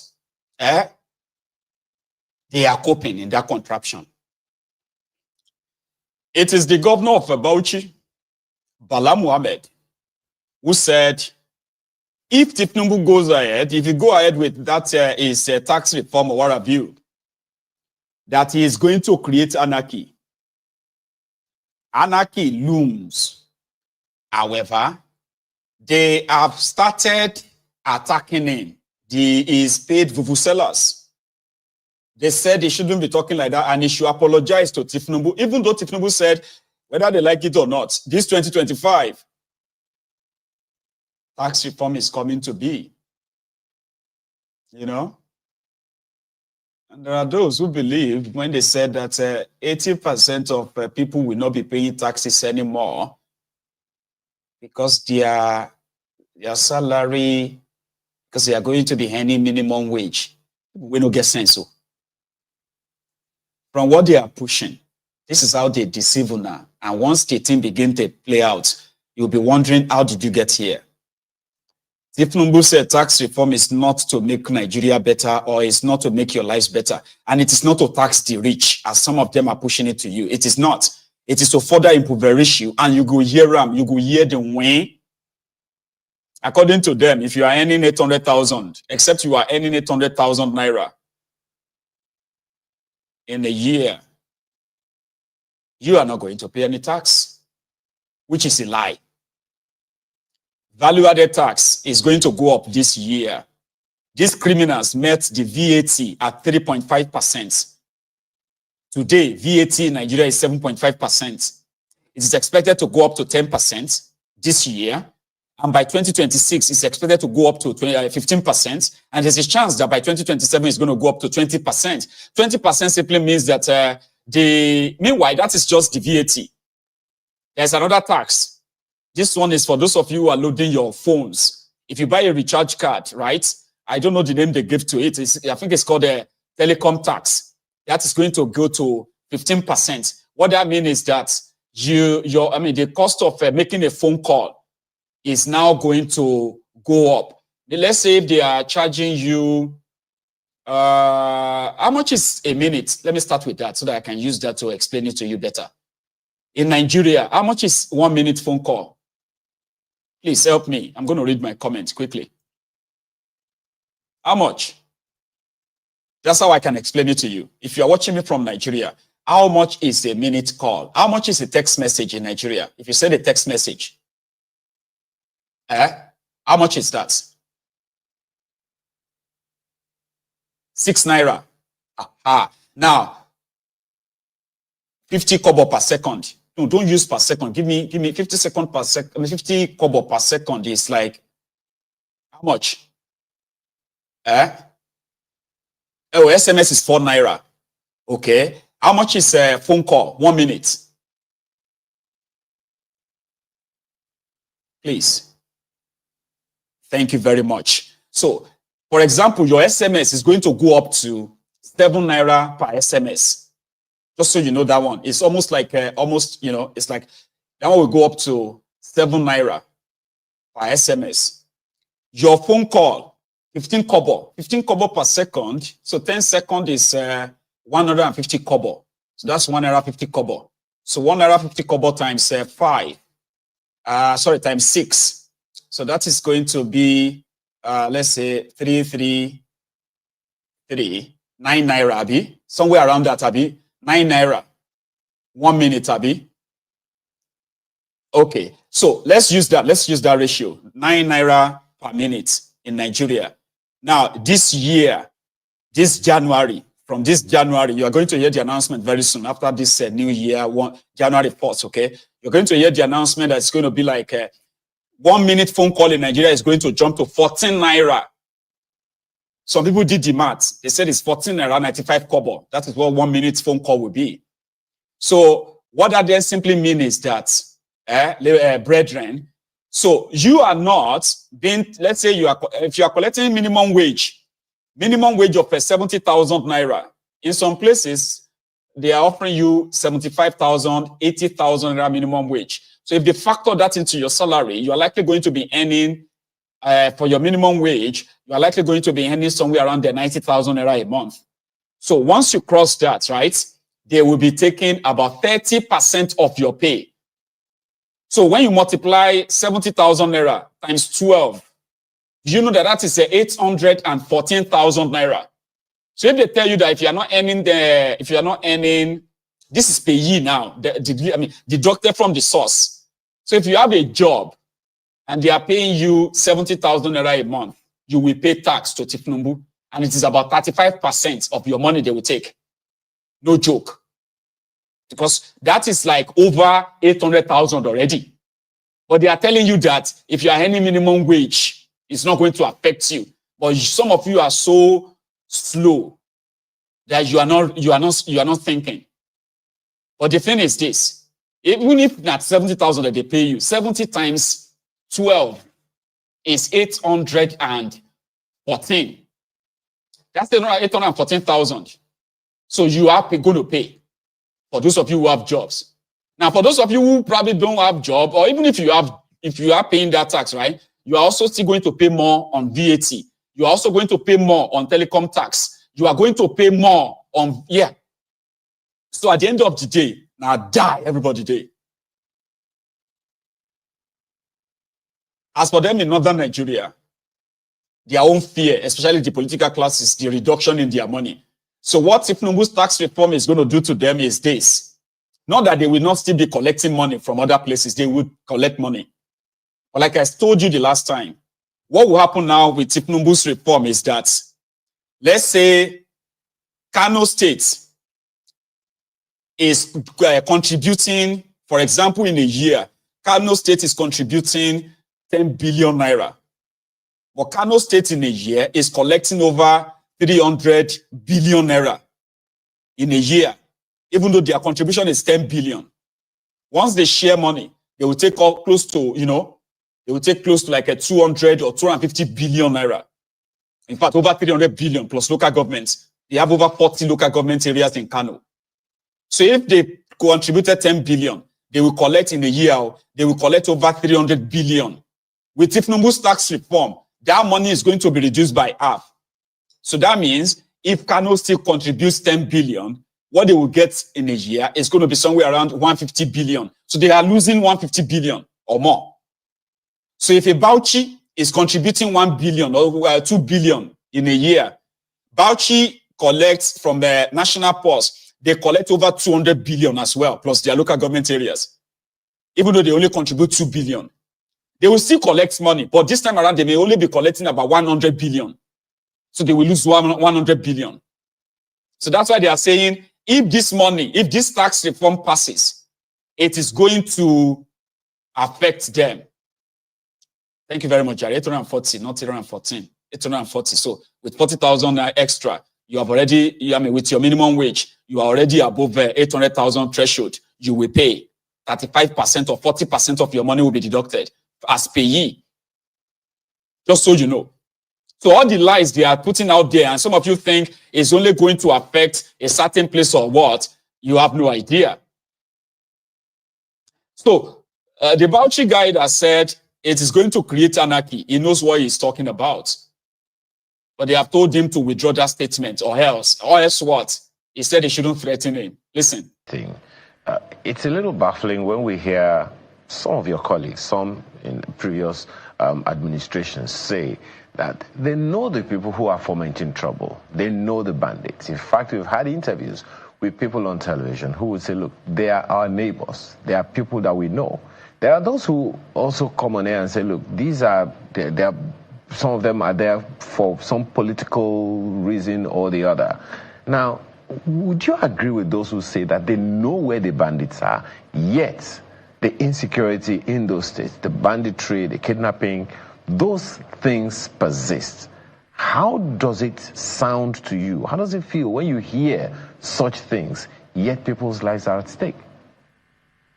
Honestly, I have a lot of respect for my colleagues at the subnational level and even our seniors at the federal level. I believe we must muster the political capacity and the courage to be able to do this thing without sparing anybody. And of course, there shouldn't be any tingots in this aspect. And we must have the fidelity and sincerity to implement or to punish and reward. Even the security agencies, they know where these bandits live. And you see some key members of the security agencies participating in ransom collection. And to me, it is very appalling when you have an admittance of inefficiency or lack of capacity. And of course, as you said, some of the traditional rulers, in Bauchi, what we did was to make sure we arrest any local chief that compromises. And that has stopped it. Even at the level of Emir, we don't agree, because most of the misdemeanors are perpetuated at the local level. And some members of the local authorities, those in charge of forest, in charge of land, in terms of what, and then the small chiefs that have responsibility or jurisdiction.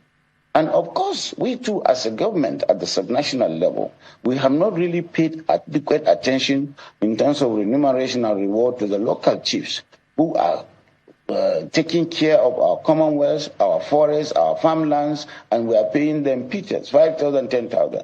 We have raised their earnings here, and we are making them accountable. And we have to do that. And that's why sometimes the issue of local government autonomy is good. If the local governments will take the responsibility of local policing and local administration of the sleeves of comfortable position as we enter 2024. I am very, very comfortable. I cannot be threatened as a governor.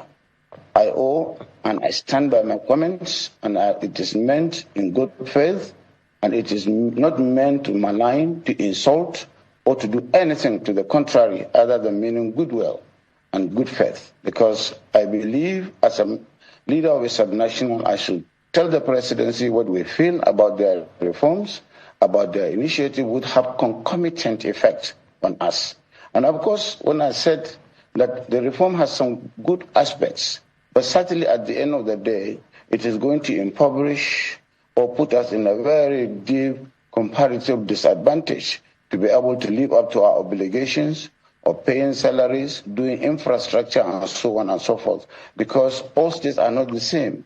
And I will believe as a leader of the federation, and all of us are federating entities, they should listen to us, not to be arrogant and showing some elements of impunity that whatever happens, they will go ahead. And I think we must have the courage to humbly, with all humility and sincerity, say, please listen to Nigerians, listen to us, especially some of us that have apprehensions. And we have supported you from the beginning to come up with policies and programs that we believe are germane in changing the trajectory of leadership in Nigeria. But where we have fear, you should also give us a listening ear in terms of stakeholding and collaboration that is needed in the federation entities or Federation of Nigeria.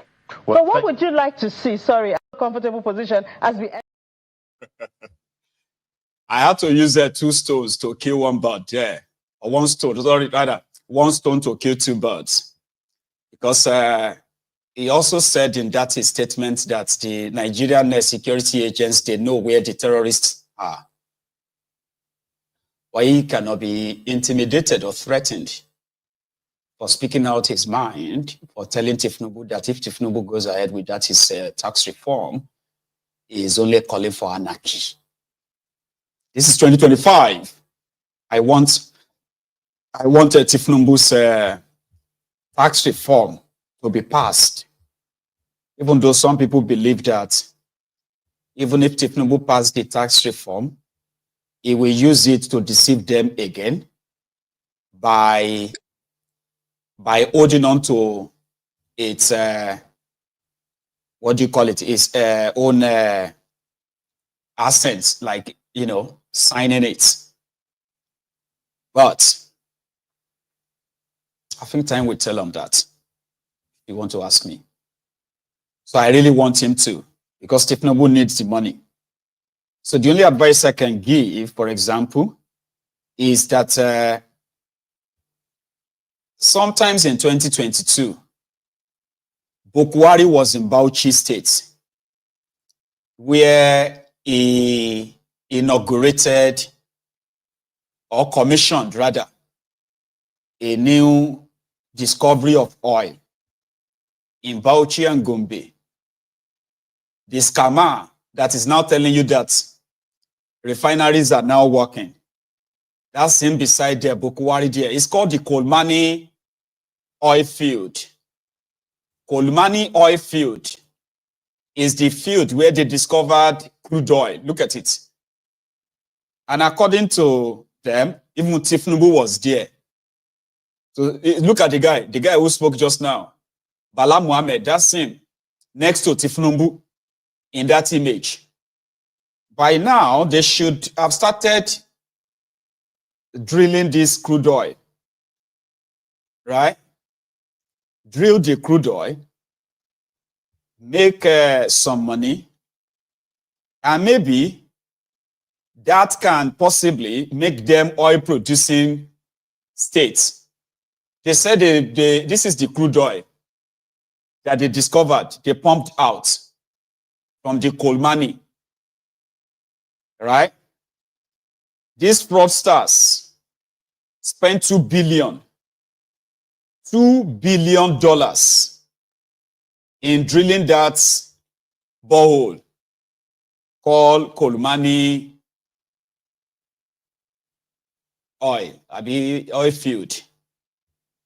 Remember? So what happened to that oil field? Bauchi should begin to sell crude oil and possibly make money from it if Thiefnubu's tax reform scales through. Brethren, we are going to stay back in Bauchi. Oh, sorry, we are going to stay back in the north. Okay? 2 days ago, just 2 days before the end of 2024, Zainab, the daughter of the late Emir of Kano, Ado Bayero, you remember him? Yeah, that's the man who died before they installed Sanusi, the Emir of Kano admin. And is the father, it was the father to the Ado Bayero Emir of Kano Academy, because they have two emirs of Kano right now. One is Emir of Kano Arcade. Another one is Emir of Kano admin. Sanusi is admin. Bayero is the academy. Now you see this Zainab happened to be the sister, one of the children of the late Ado Bayero, the Emir of Kano.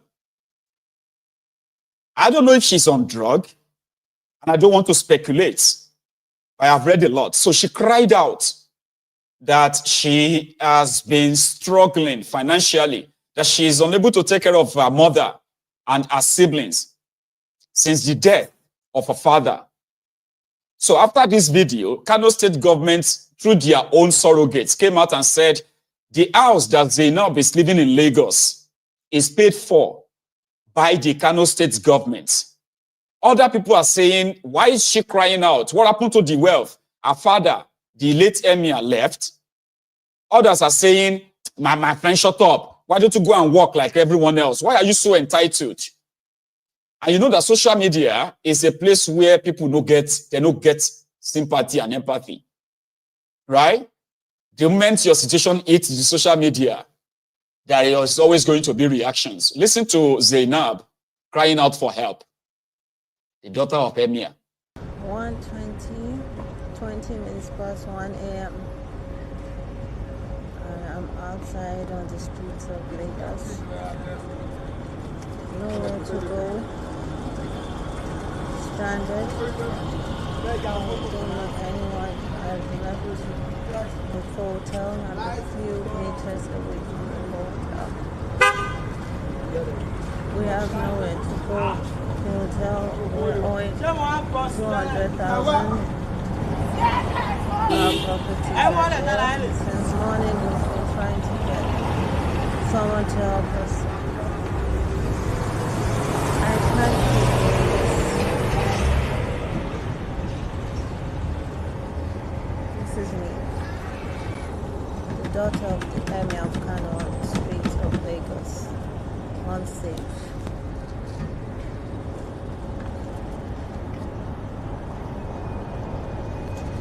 Stranded. No one cares if I live or die. No one owes me anything. Fine. I at least deserve to feel safe, to be protected.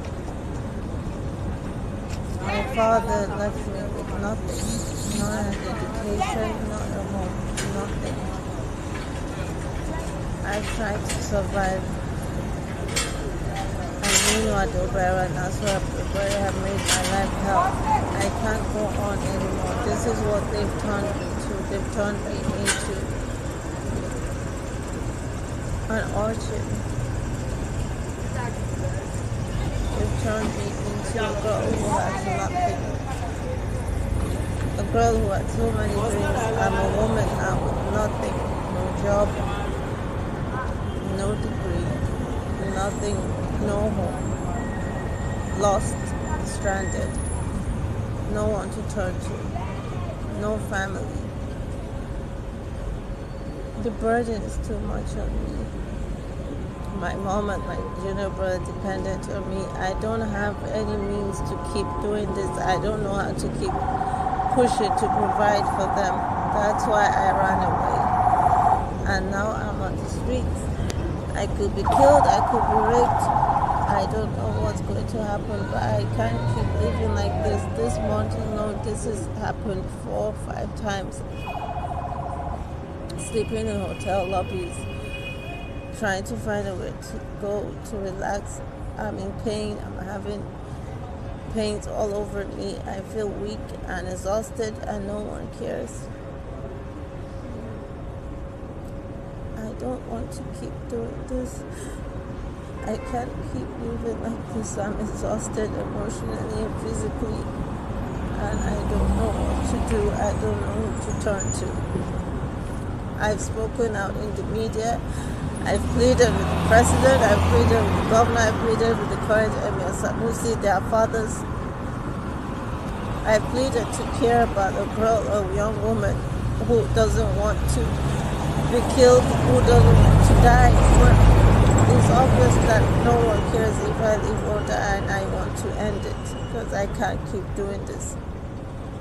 I wish I had more to give. I wish I could have lived. I wish I could achieve so much. So anyone that sees this, I want to say that I'm sorry to my mom and my brother, but I couldn't keep doing this. It's too hard. I've tried, I've spoken out, I've been judged, I've been bullied. I don't know what else to do. So, this is it. Emir, you go and love for goodness sake, God save.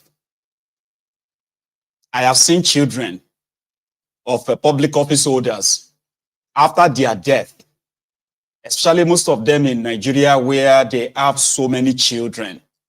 Did you hear her? She was not educated. Okay. No degree, no job, no nothing. The only thing she has is that she's the daughter of the former Emir of Kano. I don't know how to describe that too, and I don't want to judge. With the listening, we know the judge. Even though on top of this one, we might have to judge. But the Bible says, do not judge so that we shall not be judged. Meanwhile, a lot of you are already busy judging, and I understand. She is a daughter of a former public official whose role in, bringing this contraption to what it is today can never be underestimated or overstated. It's like the daughter of the Satan of Sokoto in another 10 years after the death of the Satan. So the Satan of Sokoto's daughter come out later to say, you see, I am this, and then they say, no, could they listen, no, no judge. It go hard though. I'll leave it at that. So the Kano State government said that she has a problem. They didn't tell us what problem. However, they kind of feels like, they have done their best and they wanted her to live in Kano. Okay. Other people are saying, what's up? Why they no marry her off when she was a little girl? Maybe one allergy would just make her maybe the third or fifth wife in Sharia North, and she wouldn't have to be on the street. A lot of questions because people don't get joy right now on the street of Nigeria. So as many people are waiting for what they call the karma on their oppressors, their supposed innocent children, people believe that their children are not innocent at all. Even on this platform, people will tell you that, their children are not innocent. They say, don't bring innocent children to this. What do you mean? Their children are not innocent. They know their parents very well. They see their parents and what they are doing. So if the casala bursts, their children self must collect. Say, well, I understand. There is no joy. People are pretty much like angry. So if you are a traditional ruler in Nigeria, you not the right will. I don't know if that's an advice that you will follow and tell your children wherever you are keeping the money. So we have a new emir of Ilorokobi, make us check the name. It's I don't know why they call him traditional ruler. Instead, they made them call him emir of somewhere.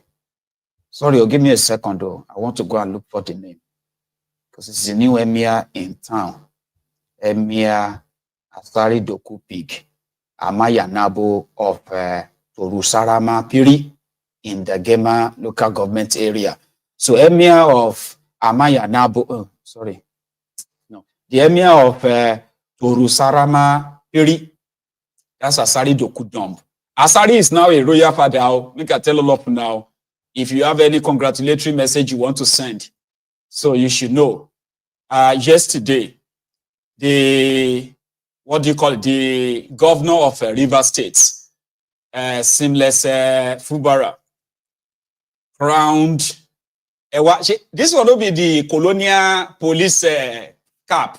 She na crown with this one. I'll be waiting. On top, Asari Dokudop said, why would Asari, the one on the table, right? Is that eagle? Is that a symbol of, I don't know. So Asari Dokubo is now a king. Alhaji Asari, the emir of Torusarama Piri in River State. I hope I pronounced that right. Yesterday, he received his own staff of office as a traditional ruler. Eluti Daru, man, you have no idea. The national anthem.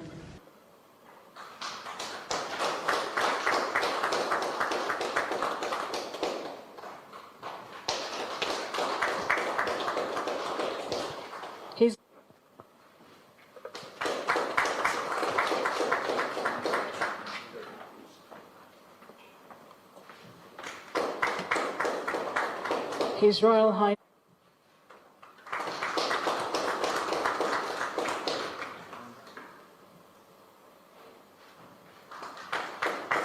His Royal Highness Alhaji Mujahid Dr.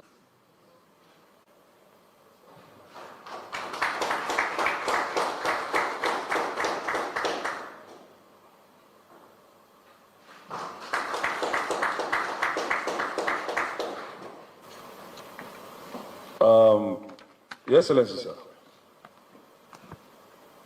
Before you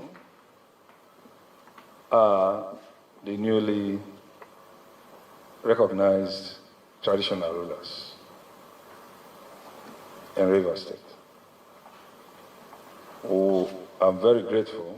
I'm talking from the angle of the Ministry of Chieftaincy and Community Affairs and also on behalf of the River State Traditional Rulers Council. We thank you for adding to the number of traditional River State traditional rulers into the River State Council, Traditional Rulers Council today. We have 2 Royal Majesties and 2 Royal Highnesses for a presentation of staff of office and certificates. Their names had already been mentioned, and mine is to present them to you to do the needful. Your Excellency, sir. These are the newly recognized traditional rulers for presentation of staff of office and certificates. Thank you, Your Excellency. Gentlemen of the press, ladies and gentlemen, let me first, on behalf of the government, congratulate the 4 of you. It has not been an easy journey to get to this point. I know a lot of you have been working very hard. The appointment in terms of this recognition this evening is not for personal aggrandizement, but for service. It is a call, a responsibility to help us protect life and property in your domain. I don't want you to see this elevation as another platform to create problems in your locality. It's important to us. We have the power to still withdraw this recognition, but I don't intend to do that. So I want you to be partners to the government and to ensure that we continue to succeed. I know that you're men of integrity, support the cause of governance so that we can all succeed together. It's really a privileged position, and I'm very sure that you're going to use it to the best of the interests of your people. Let me again congratulate you and wish you a successful reign. Thank you, and God bless you.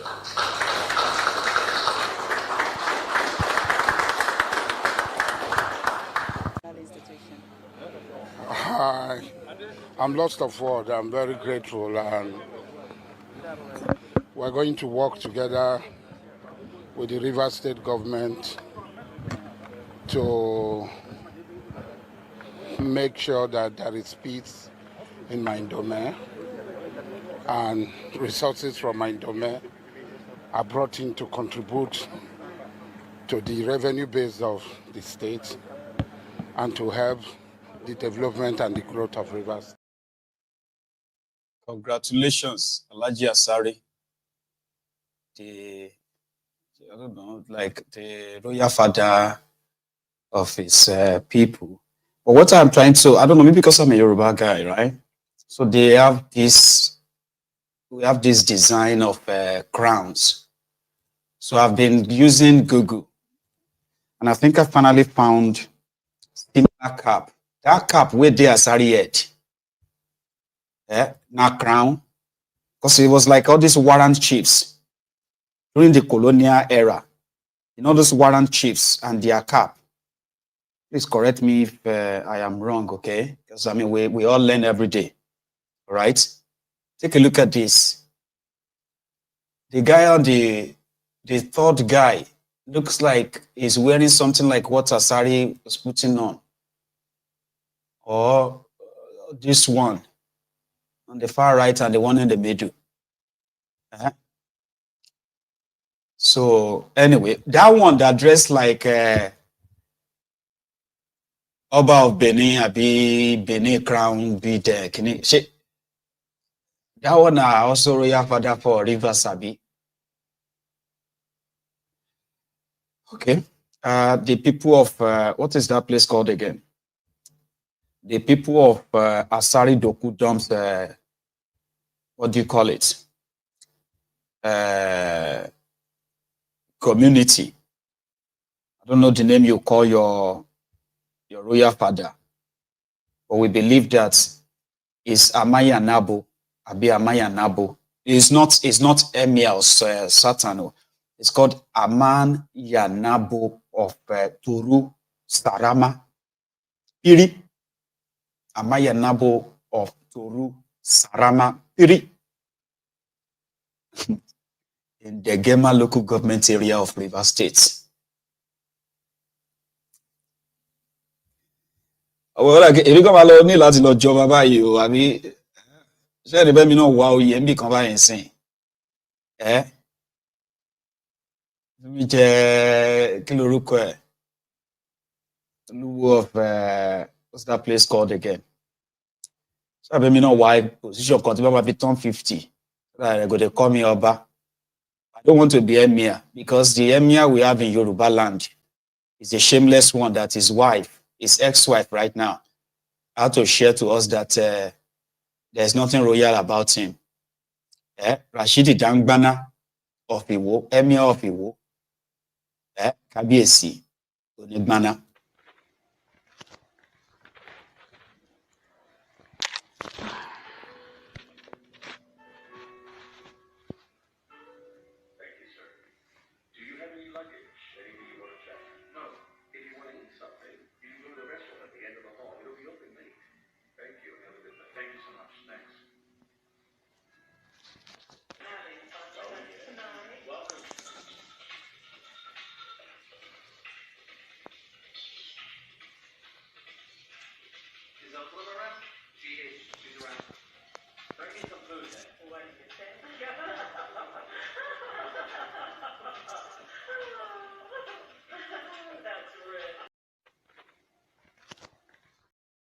Some people call him Emir, some call him Oba, or Kabiesi Loud, or me Penny Oba Loud.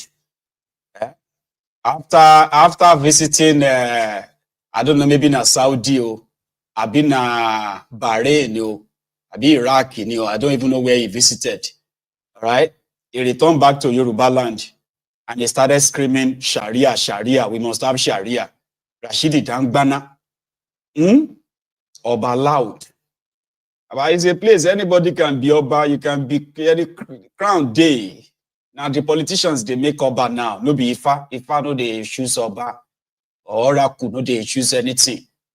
Once the politician says come and be a king, you are a king. No, I take a Tom is a king in the same River State. He is a king. What do you call it? Asari Dokudumb is also a king now. And you have people like that all over the place. They are kings. If you no agree, they will come for you. So you understand? I hope those who paid him to be shouting Sharia, Sharia in Yoruba land, they know the type of, Oba he is. Oba Loud. Oba Rashidi, no, Emir Rashidi Dangbana Shoko. Ilushi. Leaving that aside, right? This is pretty much like should be inconsequential, but because we did a piece on this, a few days back, when this young man, that is the VeryDarkMan, who came out and said the money donated by people to his charity organization was stolen. I did a piece on that on this platform, even though despite the fact that we kind of like present ourselves as people who are a little bit above board. At least the level of information we share on Mayegun's Diary Politico is meant to make people kind of like intelligent to some extent. Unfortunately, we still have those whose manner of intellect is still questionable. Unfortunately, we can't heal everyone. There are some of them who came here and said, it is true, it is possible for people to hack your website and then loot money from your bank account. I said, how? And they started typing in the comments, like, yeah, it is possible. It is, I bet they are among those who just want to defend anything as much as possible, okay? On Mayegun's Diary Politico, you do not owe anybody any allegiance. Even Mayegun can be wrong, and you can go on and say, Mayegun, what you just did is very wrong. I do my best to stay, to be above board, okay? But I am not infallible. I am human. Yeah, so if I go wrong anytime, I expect people to call me back, but not play with people's emotion. So this young man now came back and said he was only pranking you. It was like an emotion. I mean, sorry, it was playing a prank. No, you're not. You are toying with people's emotion because you believe that it is that contraption where you can get away with anything. And it tends to already having this messianic personality now. This Vincent, VeryDarkMan, is beginning to have that, you know, like messianic personality. I'm fighting for people. I am fighting for you. So therefore, you know, you owe me something, like, you know. So he came out yesterday to say there is no 180 million naira lost. There are people who have expressed their own disappointment in the first place. But I am kind of bringing his statement to you. And I want you to, you might have seen this video. I want you to please pay attention to his usage of word. There are those who came on this platform at the time when he was having this splash with the Bobrisky as well as the Falanos. And I told you then, I said, I am not interested in his personality per se. I'm more interested in somebody who stands up or speak up. I'm interested in not allowing people to try to shut him down or use their influence to want to kind of like gag him. So I'm not one of his fans. I'm not one of those who kind of probably feels like he can be wrong. But this is unbelievable. So in his own words, he said, 80% of Nigerians are just dafties. He also said, that is how one man from Niger is referring to that Nigerian leader who said that the Nigerian regime under Thiefnubu are collaborating with France in setting up these Lakurawa terrorists and then others, including giving them a land to set up their base in northern Nigeria. He came and used that and said Nigerians are dafties that believe that man. Meanwhile, his own time of announcing of losing money was exactly around the time that this outburst or this expose was released. A lot of people believe that he is there to distract the people. And indeed, I think he did succeed by distracting the people from the main issue, questioning things that Thiefnubu and his gang are involved in. So he mentioned that in his video where he said there was no money lost. He only pranked, or he was only pranking people. For real?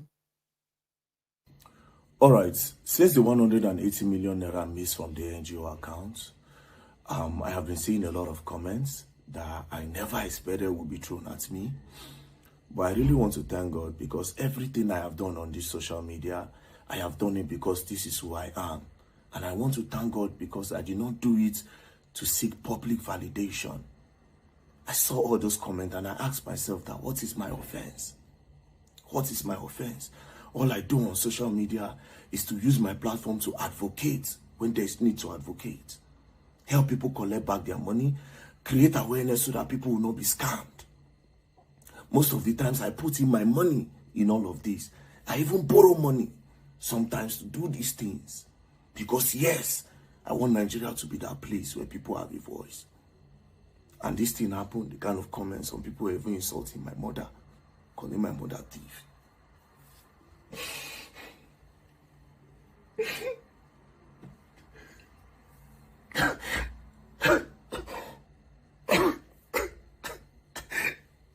Calling my mother thief.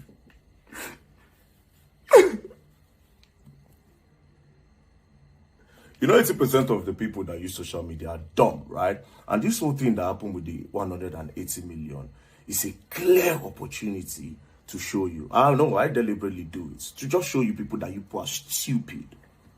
We are in a country where anything that is said on the media, nobody bothers to check it. Nobody bothers to investigate it. Everybody starts sharing. They start running away with it. They don't even waste time to listen. They just want to comment. Boom! 180 million naira is missing. VeryDarkMan is a thief. Oh, bah! Hey, bah! We talk am before you don't steal money. Nobody sat down to analyze that. Wait. The VeryDarkMan we know If 180 million naira is missing from his NGO accounts, it will not be going to Jos, where the police headquarters is in Abuja, where the EFCC headquarters is in Abuja, where the cybercrime headquarters is in Abuja. What is Zenith Bank? A bigger one is in Abuja. What is he going to do in Jos? You people ran away with it. Do you think if my 180 million naira is missing, do you think I'll be going anywhere? Who go pay? Now Zenith Bank go pay. Where did I keep my money? But people are so dumb, everybody started making stupid analysis. Because of how dumb you are, the whole media has been spoiled, has been ruined. That's why one man from Niger came recently and said, oh, they paid Tinubu, French government gave military Tinubu one money, and now they are opening military base in the northeast. Boom! Twitter, pa. Nobody sat down to say, okay, in the northeast, did this man present any form of a video to show the foundation when they started laying it? Did this man bring some form of evidence to back this thing up? He just said it and boom, that's it. 80% of you on social media are stupid. Very, very stupid. And it's a problem. The way you people are excited for bad news, you don't even wait to analyze or understand anything anymore. And that is why the media have been corrupted and have been ruined. Now, for musicians to blow, they will have to look for a controversy. For movies to blow, they will look for a controversy. And that is why AY did a movie and is using Yul Edochie's wife to go and do a meet and greet up and down. Because he wants them to talk about it. That's how bad the media is. Some Twitter people feeling that they are important, they are smart. Now look at this dumb one, thinking he's smart, right? He said, the man being presented by VeryDarkMan as a police officer, traveling with him is actually Henry, a well-known taxi task force member from Kogi State, a regular driver at Abuja Airport. Show his picture to anyone familiar with the airport and they will confirm his identity. The level of cloud chasing undermines credibility and will damage his reputation. Integrity should not be compromised for social media cloud chasing. I wish him well. You see, your problem is that you are dumb. Let me tell you how dumb that you are. I never, go back to my video, I never said that guy was a police officer. I said I am traveling with Officer Sam. Go and bring all that video and tell me where I said police. An officer can be Air Force, Navy, Civil Defense, even task force officer. But you felt you were smart. Twitter people thinking they are smart. This other stupid one said, VeryDarkMan missing 180 million is a distraction. France establishing military base in Nigeria should be the focus. Tell me or give me a proof where French is establishing a military base. Nobody will be able to prove it. You people, it's time to start asking for proof of things. I came online to say those things. Did I show you where the 180 million is missing from my account? Did I show you the details of the account? Did I show you? All I did, I told my website guy, I said, shut it down first. More use these people to catch cruise. More teach these people sense because they are dumb. And it's very clear that most of you are stupid. Very, very stupid. And this is a problem. Now, another thing that happened again, to show you how dumb you people are, then Dami Crane came up to say, alleged missing 180 million. The 180 million is a prank. VeryDarkMan is renovating a school in Jos.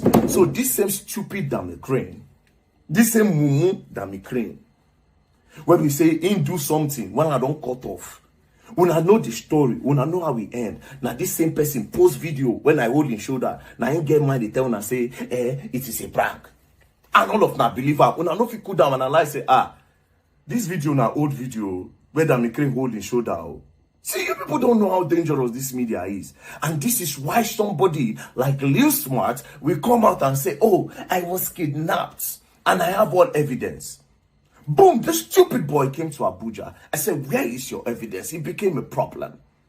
He said, oh, next thing he went to go and post, VeryDarkMan threatened me. He said, you get lost, say I no slap you. I gave you 1 million naira. You wasted my time. You came here, you were telling me that there's no evidence. What are we going to do next? Now you go to post 5 minutes of video. Go back, go and tell them, play the video where I told you that, okay, now that you don't have an evidence, look at what we'll do to help you. Let's. And I was beginning to like him. And you know why? Because somebody like himself, who lives in that contraption, they put their lives, it's like they put their life on the line. It's like risking it in using your platform, which is built by people. It's like me, Mayegun, coming on here and begin to call the Templars and all of you here names, you know, having this savior personality. I'm fighting for you. All of you are so, you cannot even think. You know, this messianic personality where people begin to, social media made you. I am proud to say social media sort of gave me the platform for all of you to know Mayegun and who is Mayegun. So majority of us, if our social media platform is shut down, that's it. Whether you have 1 million subscribers or followers or 10 million, if they ban you from using it right now, that's it. I mean, pretty much that's it. People will switch to another person or another group of people that gives them whatever they can see. So when people begin to feel like social media activism, it is a Nigerian thing. You know, he has kind of like built that social capital where he has started seeing himself like, you know, some of you don't even get brain. I just woke up and decided to just prank you just to prove that some of you are dumb. Like, what the hell? People give you their money. It's not your money. It is not your money. You don't prank people with that to prove any point. That doesn't make any sense. If you have a chance of watching my video, this is what I will say to you. Like, who the hell are you?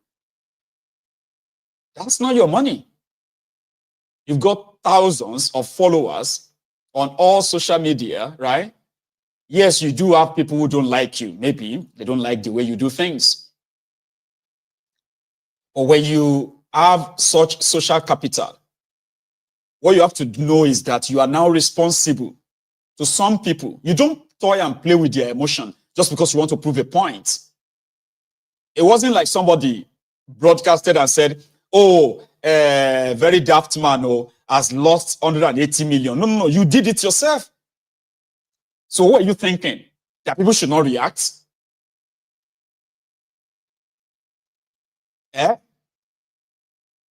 Exactly. You know, like a messianic complex.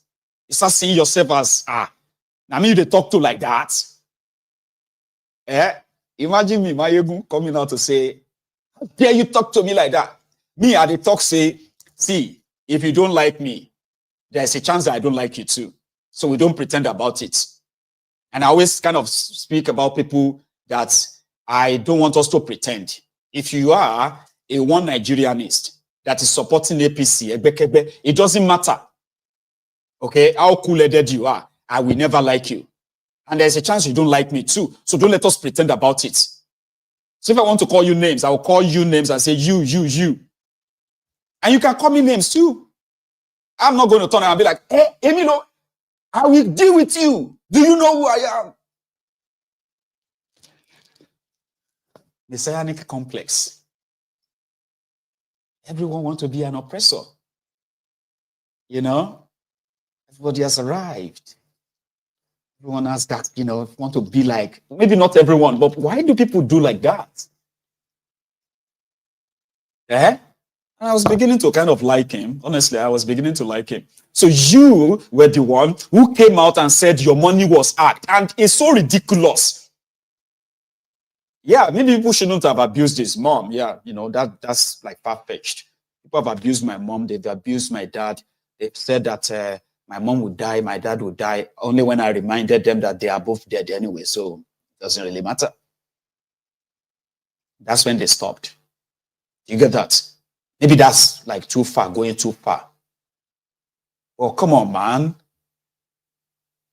You pranked your supposed supporters, your followers, because you wanted to prove that they are foolish, they are stupid. Like, who does that? That money is not your money. It wasn't a gift. You know, if the money was given to you and say, okay, Mayegun, take this 100 million naira, now yours. Well, I can say it's my money, but that's not your money. It's supposed to be an NGO's money. You know, why do you even still have so much money there? It's been like 2 or 3 months now. You should be spending it. It shouldn't be sitting in a bank account in the first place. You know? But well, we are in a world where social media can make you and it can also unmake you. And it can happen so fast, bruv. Oh, man. There have been people who have had this social, social kind of leverage, social media leverage. Some of them they are almost irrelevant now. People are calling on you is because you are still there. They can start calling on others. You know, this wasn't like a blog published it. You came out to prank people. Are you joking?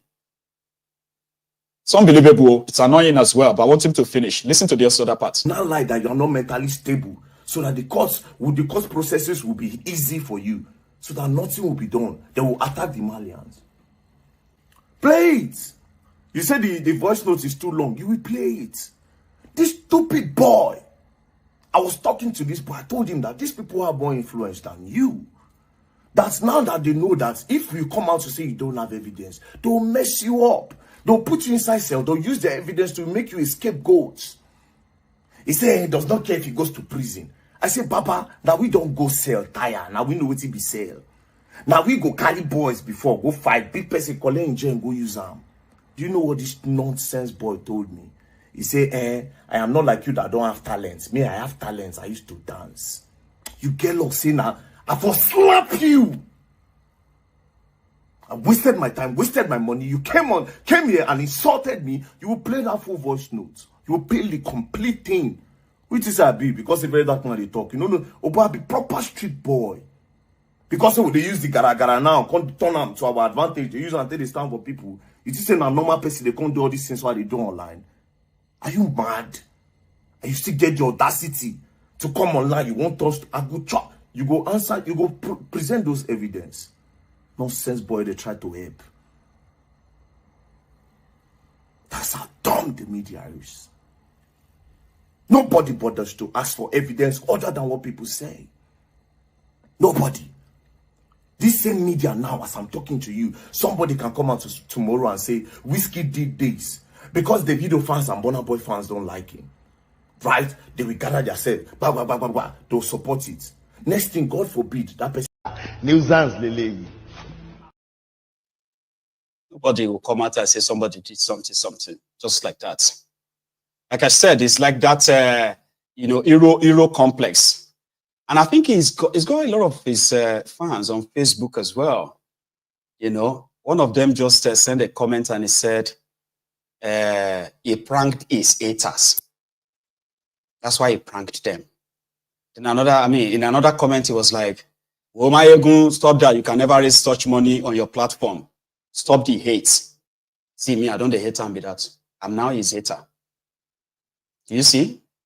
So probably his supporters are the dumbest that he's talking about, not his haters. Because I don't think there's probably any hater except your imaginary hater. You know? Mayegun, you can never raise such money on your platform. That is from one dumbo from somewhere. Well, I have done far better than that. And I actually, had to stop raising such money on my platform. In case if you are new on Mayegun's Diary Political, right? So the thing is that he created the attention. He wanted the clouds to chase.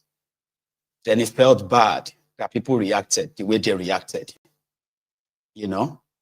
So, and as for the Nigerians who loves their own oppressors differently, sometimes, I have been told that one before, by the way, sometimes don't be nice and don't respect Nigerians, okay? The people that treat them like a piece of shit, the people that treat them like trash are the people that they are attracted to. It's kind of like ridiculous, right? But for some of us who actually live outside that contraption, we tend to want people treated with respect, all people. Yeah, if you have been outside that contraption, you would want to treat people with respect. All people. Whether they are rich or they are not, it doesn't matter. All people treated with respect. Don't look at people and say, you know, they can do so. Do you know that they can? It is a Nigerian thing. It's unfortunate, though. There are so many of you that are attracted to people that treat you like trash. Anyway. So, and people that treat you with respect are mostly seen as weak people, you know? And Nigeria is a place where there is no room for the weak, Abi. Those are the people that you would love to take advantage of. But you see those that treat them like trash, they even pray for them. They do. Oh, I wish all of you know what you wish yourselves. Okay? The time, right, shall tell how long this whole thing will last. Social capital built on social media. You always have your time. Ask people why Mayegun is still here after 12 years. It is because Mayegun remains Mayegun, consistent enough to be on his track without seeking attention or making himself a center of attention. I don't. So yeah, time shall tell. Going forward, somewhere in Abuja this morning, right, it was Peter Obi, and it was with the Nigerians who are living in the internally displaced persons camp, IDP camps. This picture is not about Obi, it's about Nigerians that he visited who were supposed to be in their homes, but they have been chased away from far away northern Nigeria to Abuja, living in IDP camps on their own. And they rely on the gifts from kind-hearted individuals that visit them every now and then to give them food, money, while the government don't give a shit about them. Again, they would rather go with those who treat them like piece of shit, right? Those who treat them with dignity, unfortunately. But here, this video of children, women, victims of a failed country, living in IDP camps in their own country, even though Nigeria is not at war.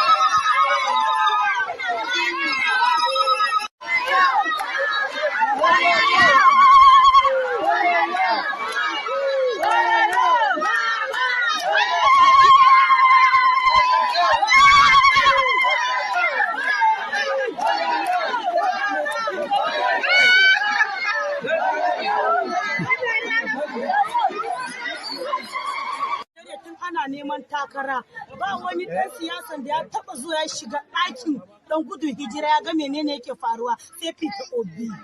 Kuma insha ma Allahu na sa shi addu'a na roke shi sai yayi mulkin Najeriya. Karyansu ba za su iya hana shi ba. Allah ya ba shi. Yana da tausayin talaka, yana jin kukan talaka. Allah ya ba shi. Insha ma Allahu. Sai baban Lisa. Allah ya duba kukan mu ya duba zai ci ba za su iya lokaci ne Allah ya ba shi nasara Allah ba shi iko mu je ta yana duba can kuma mu je. There's no chance that they are going to return back to their homes, though. There is no chance. Somebody is asking that people are still in IDP camp. Oh my goodness. Where have you been living? Before the APC, they told us that 1.2 million Nigerians are internally displaced persons in Nigeria, IDPs, living in IDP camps, abandoned their schools, abandoned areas where they kind of have to camp and stay. Then fast forward to 2024, they now have over 10 million Nigerians, most of them northerners, who have now been chased away by not just by the Boko Haram, ISWAP, Fulani terrorists, ransacking villages, communities, massacring people, killing, and those who escaped, they ended up somewhere far away from their homes. Over 10 million Nigerians right now are living in inhabitable areas called IDP camps, including the Abuja FCT. So the same Obi was also somewhere at the Jigawa State Government House. I think they said he paid a visit to the governor over the death of, I think his mom and other people who died in a fire incident when a tanker, those who were scooping fuel, right, last year. Here. With a very heavy heart, on behalf of myself, my family, government of Jigawa State, and the entire people of Jigawa State, I want to thank you most sincerely for the show of love and compassion you have been doing to the people of Jigawa State. Like you said, this is your second time to condole us on different issues. Your Excellency, this is a sign of love and friendship. Your love for the people of Jigawa State has clearly manifested, and we thank you very much for that. So, Your Excellency, we thank you so much for this concern, and we thank you so much for this visit. We pray that Allah subhanahu wa ta'ala will be with you as you come here safely. We pray that Allah subhanahu wa ta'ala will be with you and take you back safely. We are sincerely grateful. We feel indebted to you for this show of love. Once again, thank you very much, Your Excellency. Wassalamu alaikum wa rahmatullahi ta'ala wa barakatuh.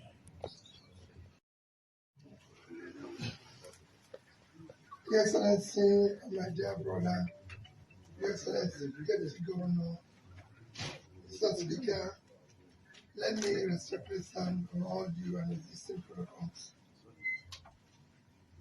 Your Excellency, I was here about a month ago. I didn't expect to come back very soon in the circumstances where we're here today. But we can't question the Almighty Allah. We're here on His behalf, by His grace and everything. We're here, I'm here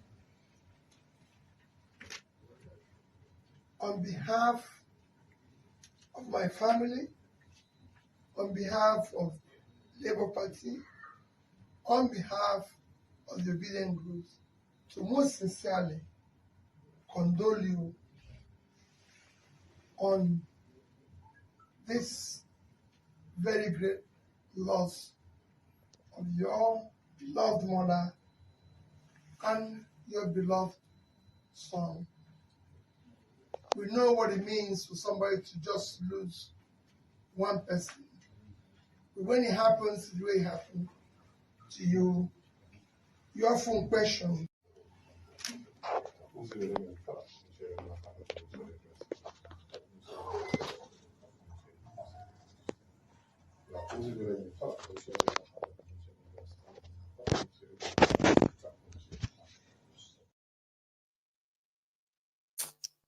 You know, it's a Mr. Peacemaker. So you can give that to him, right? Just before we round it up, I'll quickly take one more tea break. Okay. Again, give this guy money so that he can stop carrying Olusho in 2025. What is your own 2025 resolution, by the way? Tell me, what's your 2025 resolution? I don't want to commit sin. I don't want to commit sin. 2025, I don't want to commit sin. Don't give me money to marry wife. I don't want to sleep with Olusho again. Don't give me money to marry wife. I don't want to commit sin in 2025. I don't want to tell Olusho again.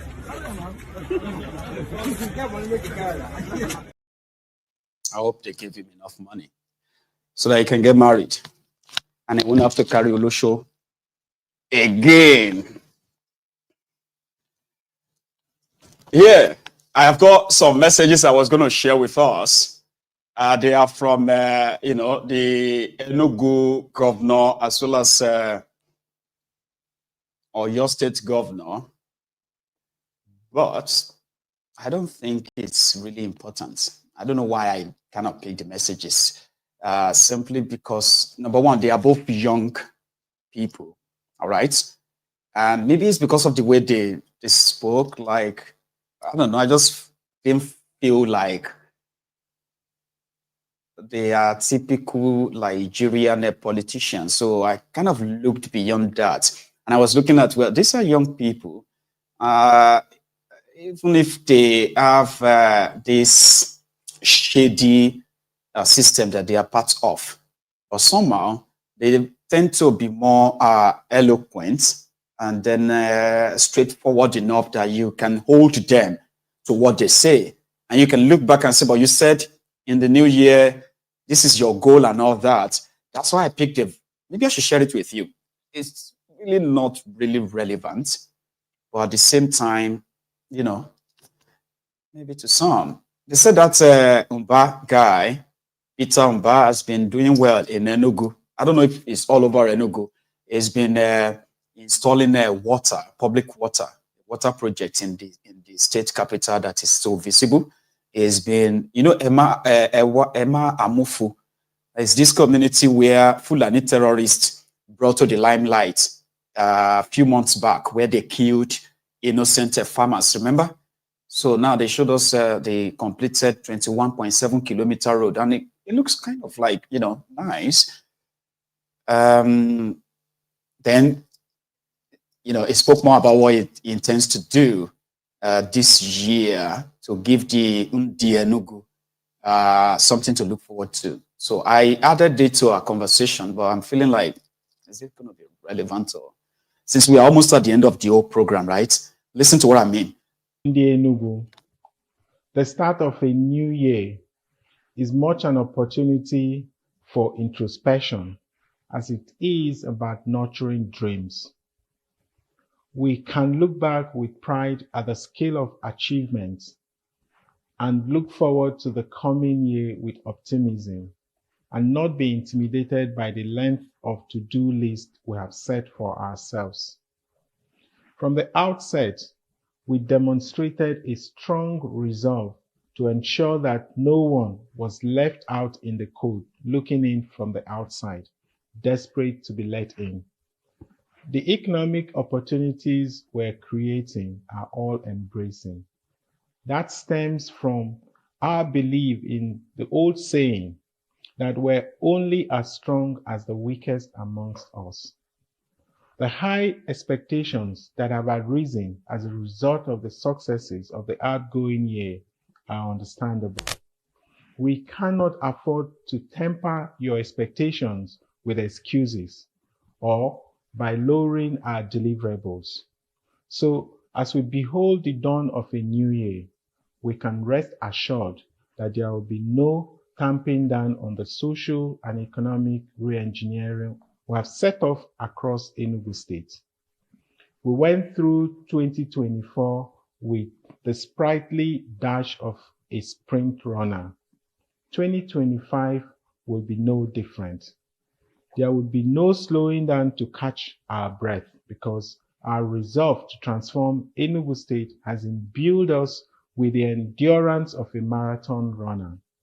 In a few days' time, we will witness the formal commissioning of some major capital projects, from completed smart green schools to the breathtaking International Conference Center, primary healthcare centers that expound quality medical care to the remotest locations in our state, as well as several kilometers of urban and rural roads, and bus terminals designed to restore order and dignity to our public transport. These are significant projects, but they are just a minuscule representation of our larger vision for Enugu State. This year, the doors of our smart schools will open across the entire state, bringing almost in a literal sense a world of opportunities to our children's classrooms. Through our fully functional smart schools, we have caught glimpses of the wholesome transformation that children will experience when exposed to a range of practical and impactful learning. We can only marvel at the likely impact as more students are brought into the pool that guarantees an education that is fit for purpose and a skill set that has sufficiently prepares them for the evolving global workplace. So by September, every child from age 3 to 15 in our smart green schools will have access to world-class free education, complemented with a free nourishing meal daily. Ndi Enugu, our vision to make Enugu a premier destination for business, tourism, and living, and indeed grow it into a $30 billion economy is not a mere notional dream.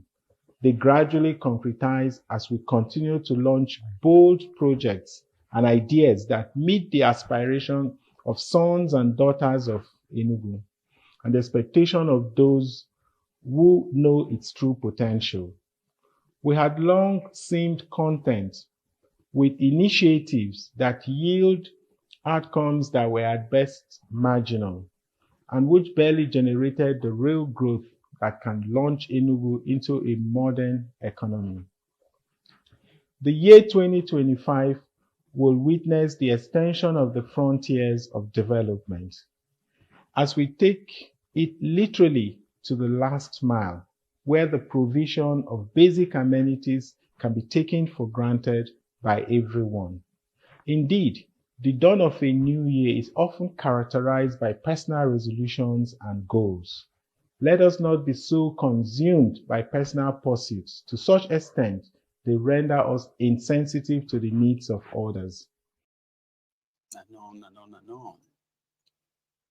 No. I think that's what kind of like attracted me to the speech. Is a smart school. There's been videos, pictures of hundreds of these schools that are being constructed across Enugu State. If it is not propaganda, that's some, some level of, some moves, some bold moves, and then promising that the schools are going to be free education for the children makes me interested. All right. Even though, I know about that. I know that it is the same Peter Oba, the guy that forged his own certificates, NYSC certificate. I think that's the certificate he forged. And the same guy that was rigged in Enugu. I didn't forget all of that. I just kind of like, I don't know, something just got me to watch the video. I barely watched them, right? But something got me to watch. I was like, okay, he's talking about education, he's talking about children, he's talking about some other developmental goals and all that. But that's not bad. And there is a record of some of those things he's already done. When I say record, like, fact check them. Similarly, in Oyo State, where she is giving his own speech as well. That one is a little bit like, What a year 2024 was. Our resilience as a people has been tested almost to the limit. We have faced economic challenges and social tragedies that have been a direct or indirect result of these challenges. We were shocked by the 16 January 2024 Bodija incident. We reacted by signing Executive Order 001 2024 on the safe handling and storage of harmful substances within Oyo State. We also took steps to give support to those who were primarily affected by this incident. We will give them even more support this 2025. In December 2024, disaster again struck in our dear state as we lost 35 children to a stampede at Islamic High School, Basharum. We're still mourning this great loss. Throughout the year, we struggle with economic challenges as a nation. Inflation rates reduced our spending power and dragged more people into poverty than were able to help escape poverty. Our hearts are heavy. Still, we're thankful. These tragedies have forced us as a government to go back to the drawing board and take a second look at our strategies, policies, and programs. For example, following the Bodija incident, we took actions that further secured the lives of our people. We're more determined to put further measures in place to ensure that incidents like this never occur again. The economic difficulties also spurred us to take further actions to pull our people out of poverty. We invested in making Oyo State an economic hub, making our environment more ideal for the private sector to thrive. We welcome Africa Consortium and Shell Nigeria Gas into Oyo State, completed and commissioned the first phase of our independent power plant, a public-private partnership with Electron Energy, and flagged off the second agribusiness industrial hub construction at Erua. Indeed, despite the pain we feel regarding the tragedies that befell us last year, we are thankful. We are grateful as we submit ourselves to God's will and confront whatever further obstacles that may come our way.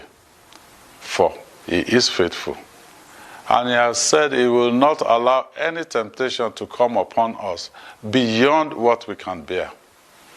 But along with the temptation, He will make a way for us. So with this confidence, we look forward to a 2025 that will be a turnaround for us, personally and as a people. As an administration, we look forward to doing more for our people. We're determined to take actions that will increase your spending power and ease the economic strain you're currently facing. We commit to being less reactive and more proactive. This is why we have mandated appropriate agencies to sensitize our people more about their duties and responsibilities. This will lower the possibility of these avoidable disasters. We're thankful for the opportunity to see a new year. I wish you a happy new year and a very prosperous 2025. Pastor Sheyi, you know, that's one thing about inflation. Inflation is enemy of the people, enemy of growth. But Thiefnubu brought you to inflation and devaluation. Inflation in the sense that their policies continues to devalue your currency, and a devalued currency is like a devalued life. Okay? It's unfortunate that they know how much impact these kind of political decisions or policies have on the people, on businesses. So there is no chance that any of you are going to be lifted out of any poverty. You will be reading fake figures and you'll be wondering, how come these figures are not impacting on our lives? How come all these fake figures they are releasing are not impacting positively on our businesses? It is because economy, you can't use propaganda to run an economy. If the economy is good, you will feel it. Okay? Nobody needs any propaganda to tell you that things are getting better. No. You will feel it. And that is why when Thiefnubu and his hired goons, they are doing everything to convince you that everything is getting better. You ask yourselves and say, but how? We can't feel it. Rather, we are feeling it harder. And they say, hey, don't worry, give it time. So in 2025, it is going to get worse. Even though individualism in Nigeria is a thing, I am not cursing you. I am telling you the economic reality. All right? But individualism is that majority of you are going to kind of believe that things are better as long as you can pay your bills. Now, if I can pay my own bill, if I can feed my family, so who am I to say things are not better? It is a Nigerian thing. To them, as long as they are fine, whoever is not fine, that's your problem. It is a Nigerian thing. And that is why a lot of them won't even agree with you that things are getting worse. They will tell you that in this 2024, I bought a new car. In this 2024, I finished my second house. In this 2024, I have traveled to 5 countries. So what do you mean by things are hard? I don't believe that. It is called individualism. It is a Nigerian thing. Some said it is a human thing, but maybe it is. But yeah, it is more pronounced in Nigeria than other places. Because if things are not happening to them, it is probably not happening. Okay? The only time I believe that things are not working is when I am unable to pay my rent. Or I am unable to fuel my tank. The tank of my car. Then I can say, I'm on this country. This country is a very, I say, what's happening? Can you believe it? I used to spend just 15,000 naira to fuel my car. Today, I had to spend 95,000 naira. What kind of a country is this? Okay, you're angry because now you spend more fueling your car. Right. So that means the country is very bad now. Is it? Yes. What kind of a country is this? It's like that man who was stopped. He was going to say, excuse me, sir. Is everything all right, sir? Don't ask me, is everything all right? What kind of a country is this? So what happened, sir? What really happened? Can you imagine? Somebody came to my shop and he bought the goods worth 12 million naira. Say, okay. And can you believe that 600,000 naira of that money is fake money? How can anybody come to a shop and spend 600,000 naira fake money? Say, wow, that's a very bad thing. That's a very, very bad thing. That's evil. In a business that we barely make profit of 300,000 naira, somebody spent 600,000 naira fake money. Say, wow, that's evil. Sir, where is that 600,000 naira fake money now? I've spent it. Sir, yeah, I've spent the money. You spend the 600,000 naira. Yes. What do you want me to do? What kind of a country is this? What kind of country are we living in? He don't spend his fake money already. But he's angry. Fake anger. It doesn't affect them. It doesn't exist. It's not happening. And similarly, when people say people are being kidnapped and ransoms are being paid, they will automatically turn around and say, but I don't believe that they are a which kidnapper. Oh, I don't believe. About the day a member of their family is kidnapped, you will now see like it's going to be the end of the world. Well, they kidnapped my family member. Can you believe that? They're asking us for 20 million ransom. What kind of a country is this? So if it's not happening to, if it doesn't happen to them, it's not happening. Okay. So maybe in 2025, we can all drop individualism. it is going to go a long way. Take a look at these 4 guys, right? They are bloggers in Nigeria, okay? So they wrote about the poor service of the GT Bank, Guaranteed Trust Bank.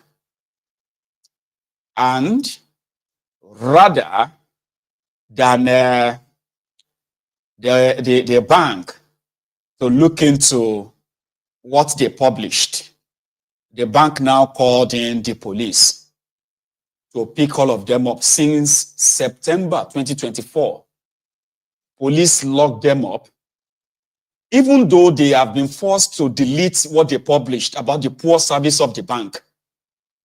The police is now charging them for cyberbullying, cybercrime, and they have been in detention since September 2024.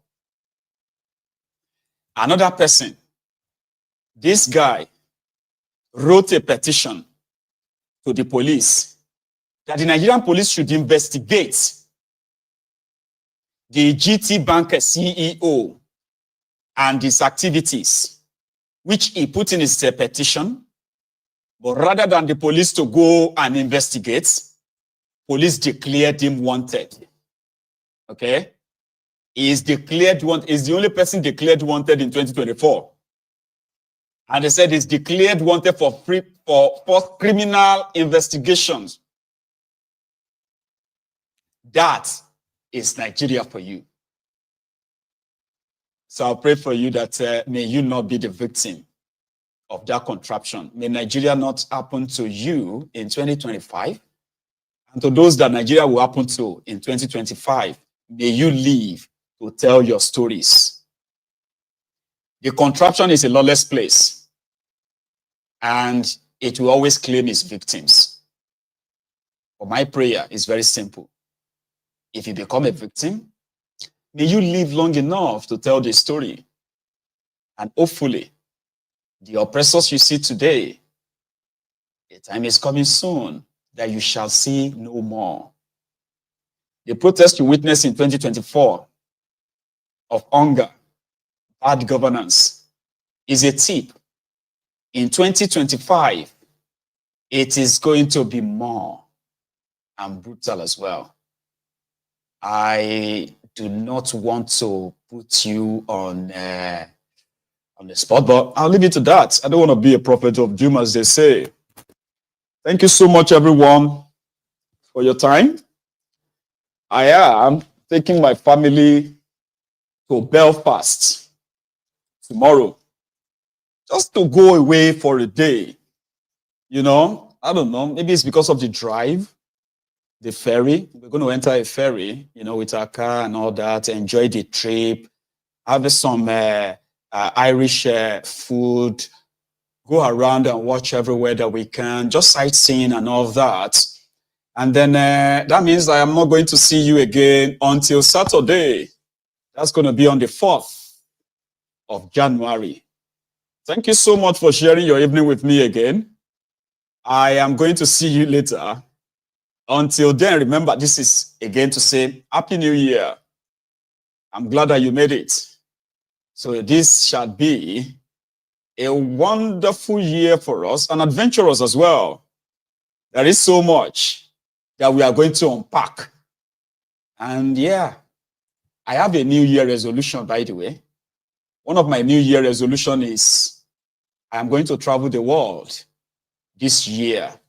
So I may be coming to your city, to your town, anytime soon. So I am going to actually leave my own space for the first time in years.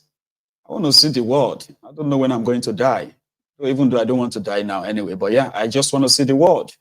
That is my own New Year resolution. Whatever yours is, just make sure you go for it. Yeah, do go for it. Because before we die, it is ideal for us to live first. Make sure you live first before you die. But before we die anyway, we shall do our part to try and live this world better than we met it. So it's been a wonderful experience knowing all of you. on Mayegun's diary Politico. And as I am going to avoid Nigeria. I promise you. My friend who was in Nigeria and his Nigerian passport that he gave to the immigration officer, when they are returning the passport to him, the guy had to kind of add this. Why is the person putting his OP number to my friend? For my friend to what? To go and top his OP card, OP account for him. So I avoid Nigeria. So don't expect me. But to others, I may be in your city soon. Thank you. And stay safe. Good night to you all. Odaro. Marine Saturday.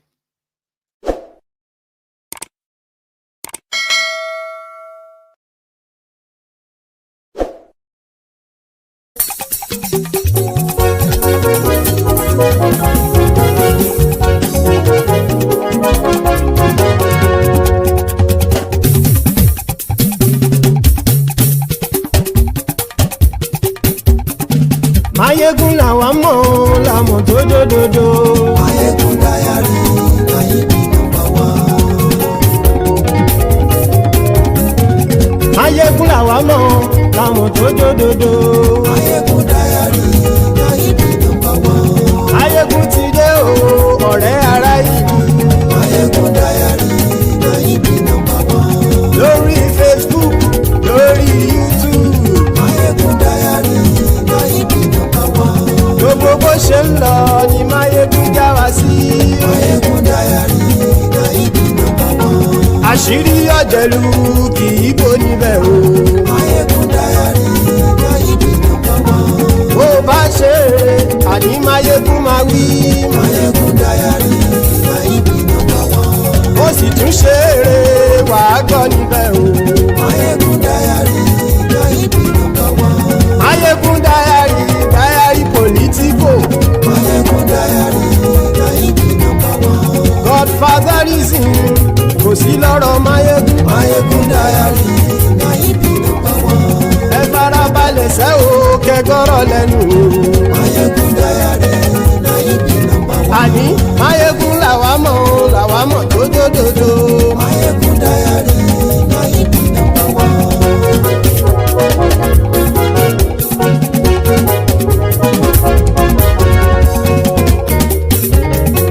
Àní ẹ̀sùn ràkì. Mayegun ti dé. Mayegun ti dé. Ọ̀jẹ̀lú ẹ̀sùn ràkì.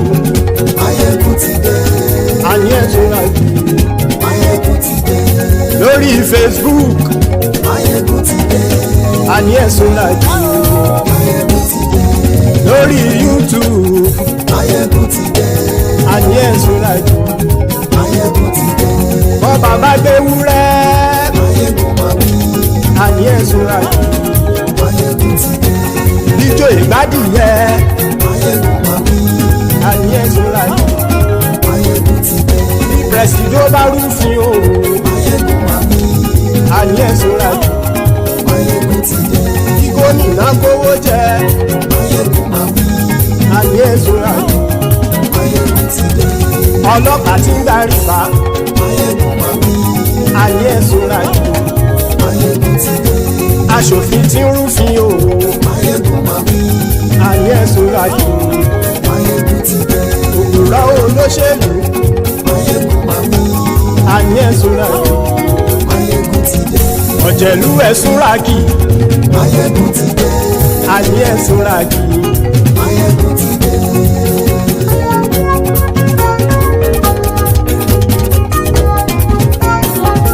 Mayegun ti dé. Gbogbo ọ̀jẹ̀lú ẹ̀sùn ràkì. Mayegun ti dé. Gbogbo ọ̀jẹ̀lú ẹ̀sùn ràkì. Ṣùgbọ́n ní bá ti ṣe èyí tó yẹ kí wọ́n ṣe, ọmọ bá dèrò ní fi wọ́n níran o. Mayegun ti dé. Gbogbo ọ̀jẹ̀lú ẹ̀sùn ràkì. Mayegun ti dé. Gbogbo ọ̀jẹ̀lú ẹ̀sùn ràkì. Ṣùgbọ́n ṣùgbọ́n ní bá ti ṣe yìí tó yẹ kí wọ́n ṣe ọmọ bá dẹ́rọ̀ ò ní fi wọ́n níran. wọ́n fowó bẹ́ẹ̀ o Máyégún ó sọ pé wọ́n ò bẹ́ẹ̀ wọ́n fowó bẹ́ẹ̀ Máyégún ó sọ pé wọ́n ò bẹ́ẹ̀ oníkanṣá ti ṣe yìí tó yẹ kí wọ́n ṣe fáwọn ará ìlú tó gbé wọn débẹ̀ o ayé. Máyégún ti dé gbogbo ọ̀jẹ̀lú ẹ̀ súnra kì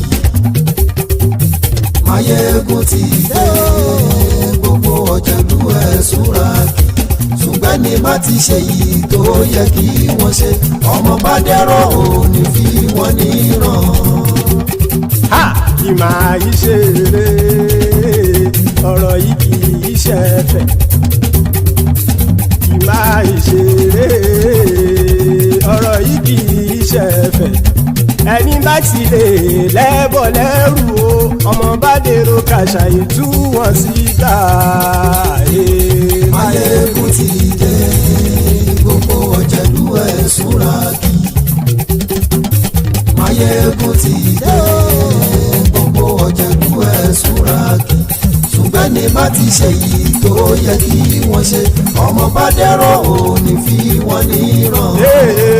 tẹnitẹni ọmọ Máyégún ọ̀rẹ́ ara ìlú mọ̀mọ́ ni mo fọlọ́hún sọ ẹ̀ bá kìlẹ́bù lóòótọ́ olódodo ìlú ọ̀tá ìlú mọ̀mọ́ ni ìwọ ṣá máa ń ṣọ́ra kò sì mọ́ bẹ̀rù bọ́tà ń lè rí bóníṣègùn lé káwọn mọ̀mọ́ fi ṣera wọn ni ó ti dẹrùn tí wọn ò gbọ́dọ̀ sì mọ́ bẹ̀. èèpo ọ̀bọ lọmọ bá dérò tàjẹ́ ò gbọ́dọ̀ jẹ́ ó ti dọba lórí àbínú ẹni kò sì mọ́ bùyà àìsíwọ̀lú ní ẹnìkẹ́ ìgbódì ẹyin lábàrá o ó kó ẹni tó bá dán o ákàmù. Máyégún ti dé gbogbo ọ̀jẹ̀lú ẹ̀ túnra kì Máyégún ti dé gbogbo ọ̀jẹ̀lú ẹ̀ túnra kì o ẹni bá ti ṣe yìí tó yẹ kí wọ́n ṣe ọmọ bá dèrò òní fi wọ́n níran o. Máyégún ti dé gbogbo ọ̀jẹ̀lú ẹ̀ súnra kì Máyégún ti dé gbogbo ọ̀jẹ̀lú ẹ̀ súnra kì ṣùgbọ́n ní bá ti ṣe yìí tó yẹ kí wọ́n ṣe ọmọ bá dẹ́rọ̀ ò ní fi wọ́n níran.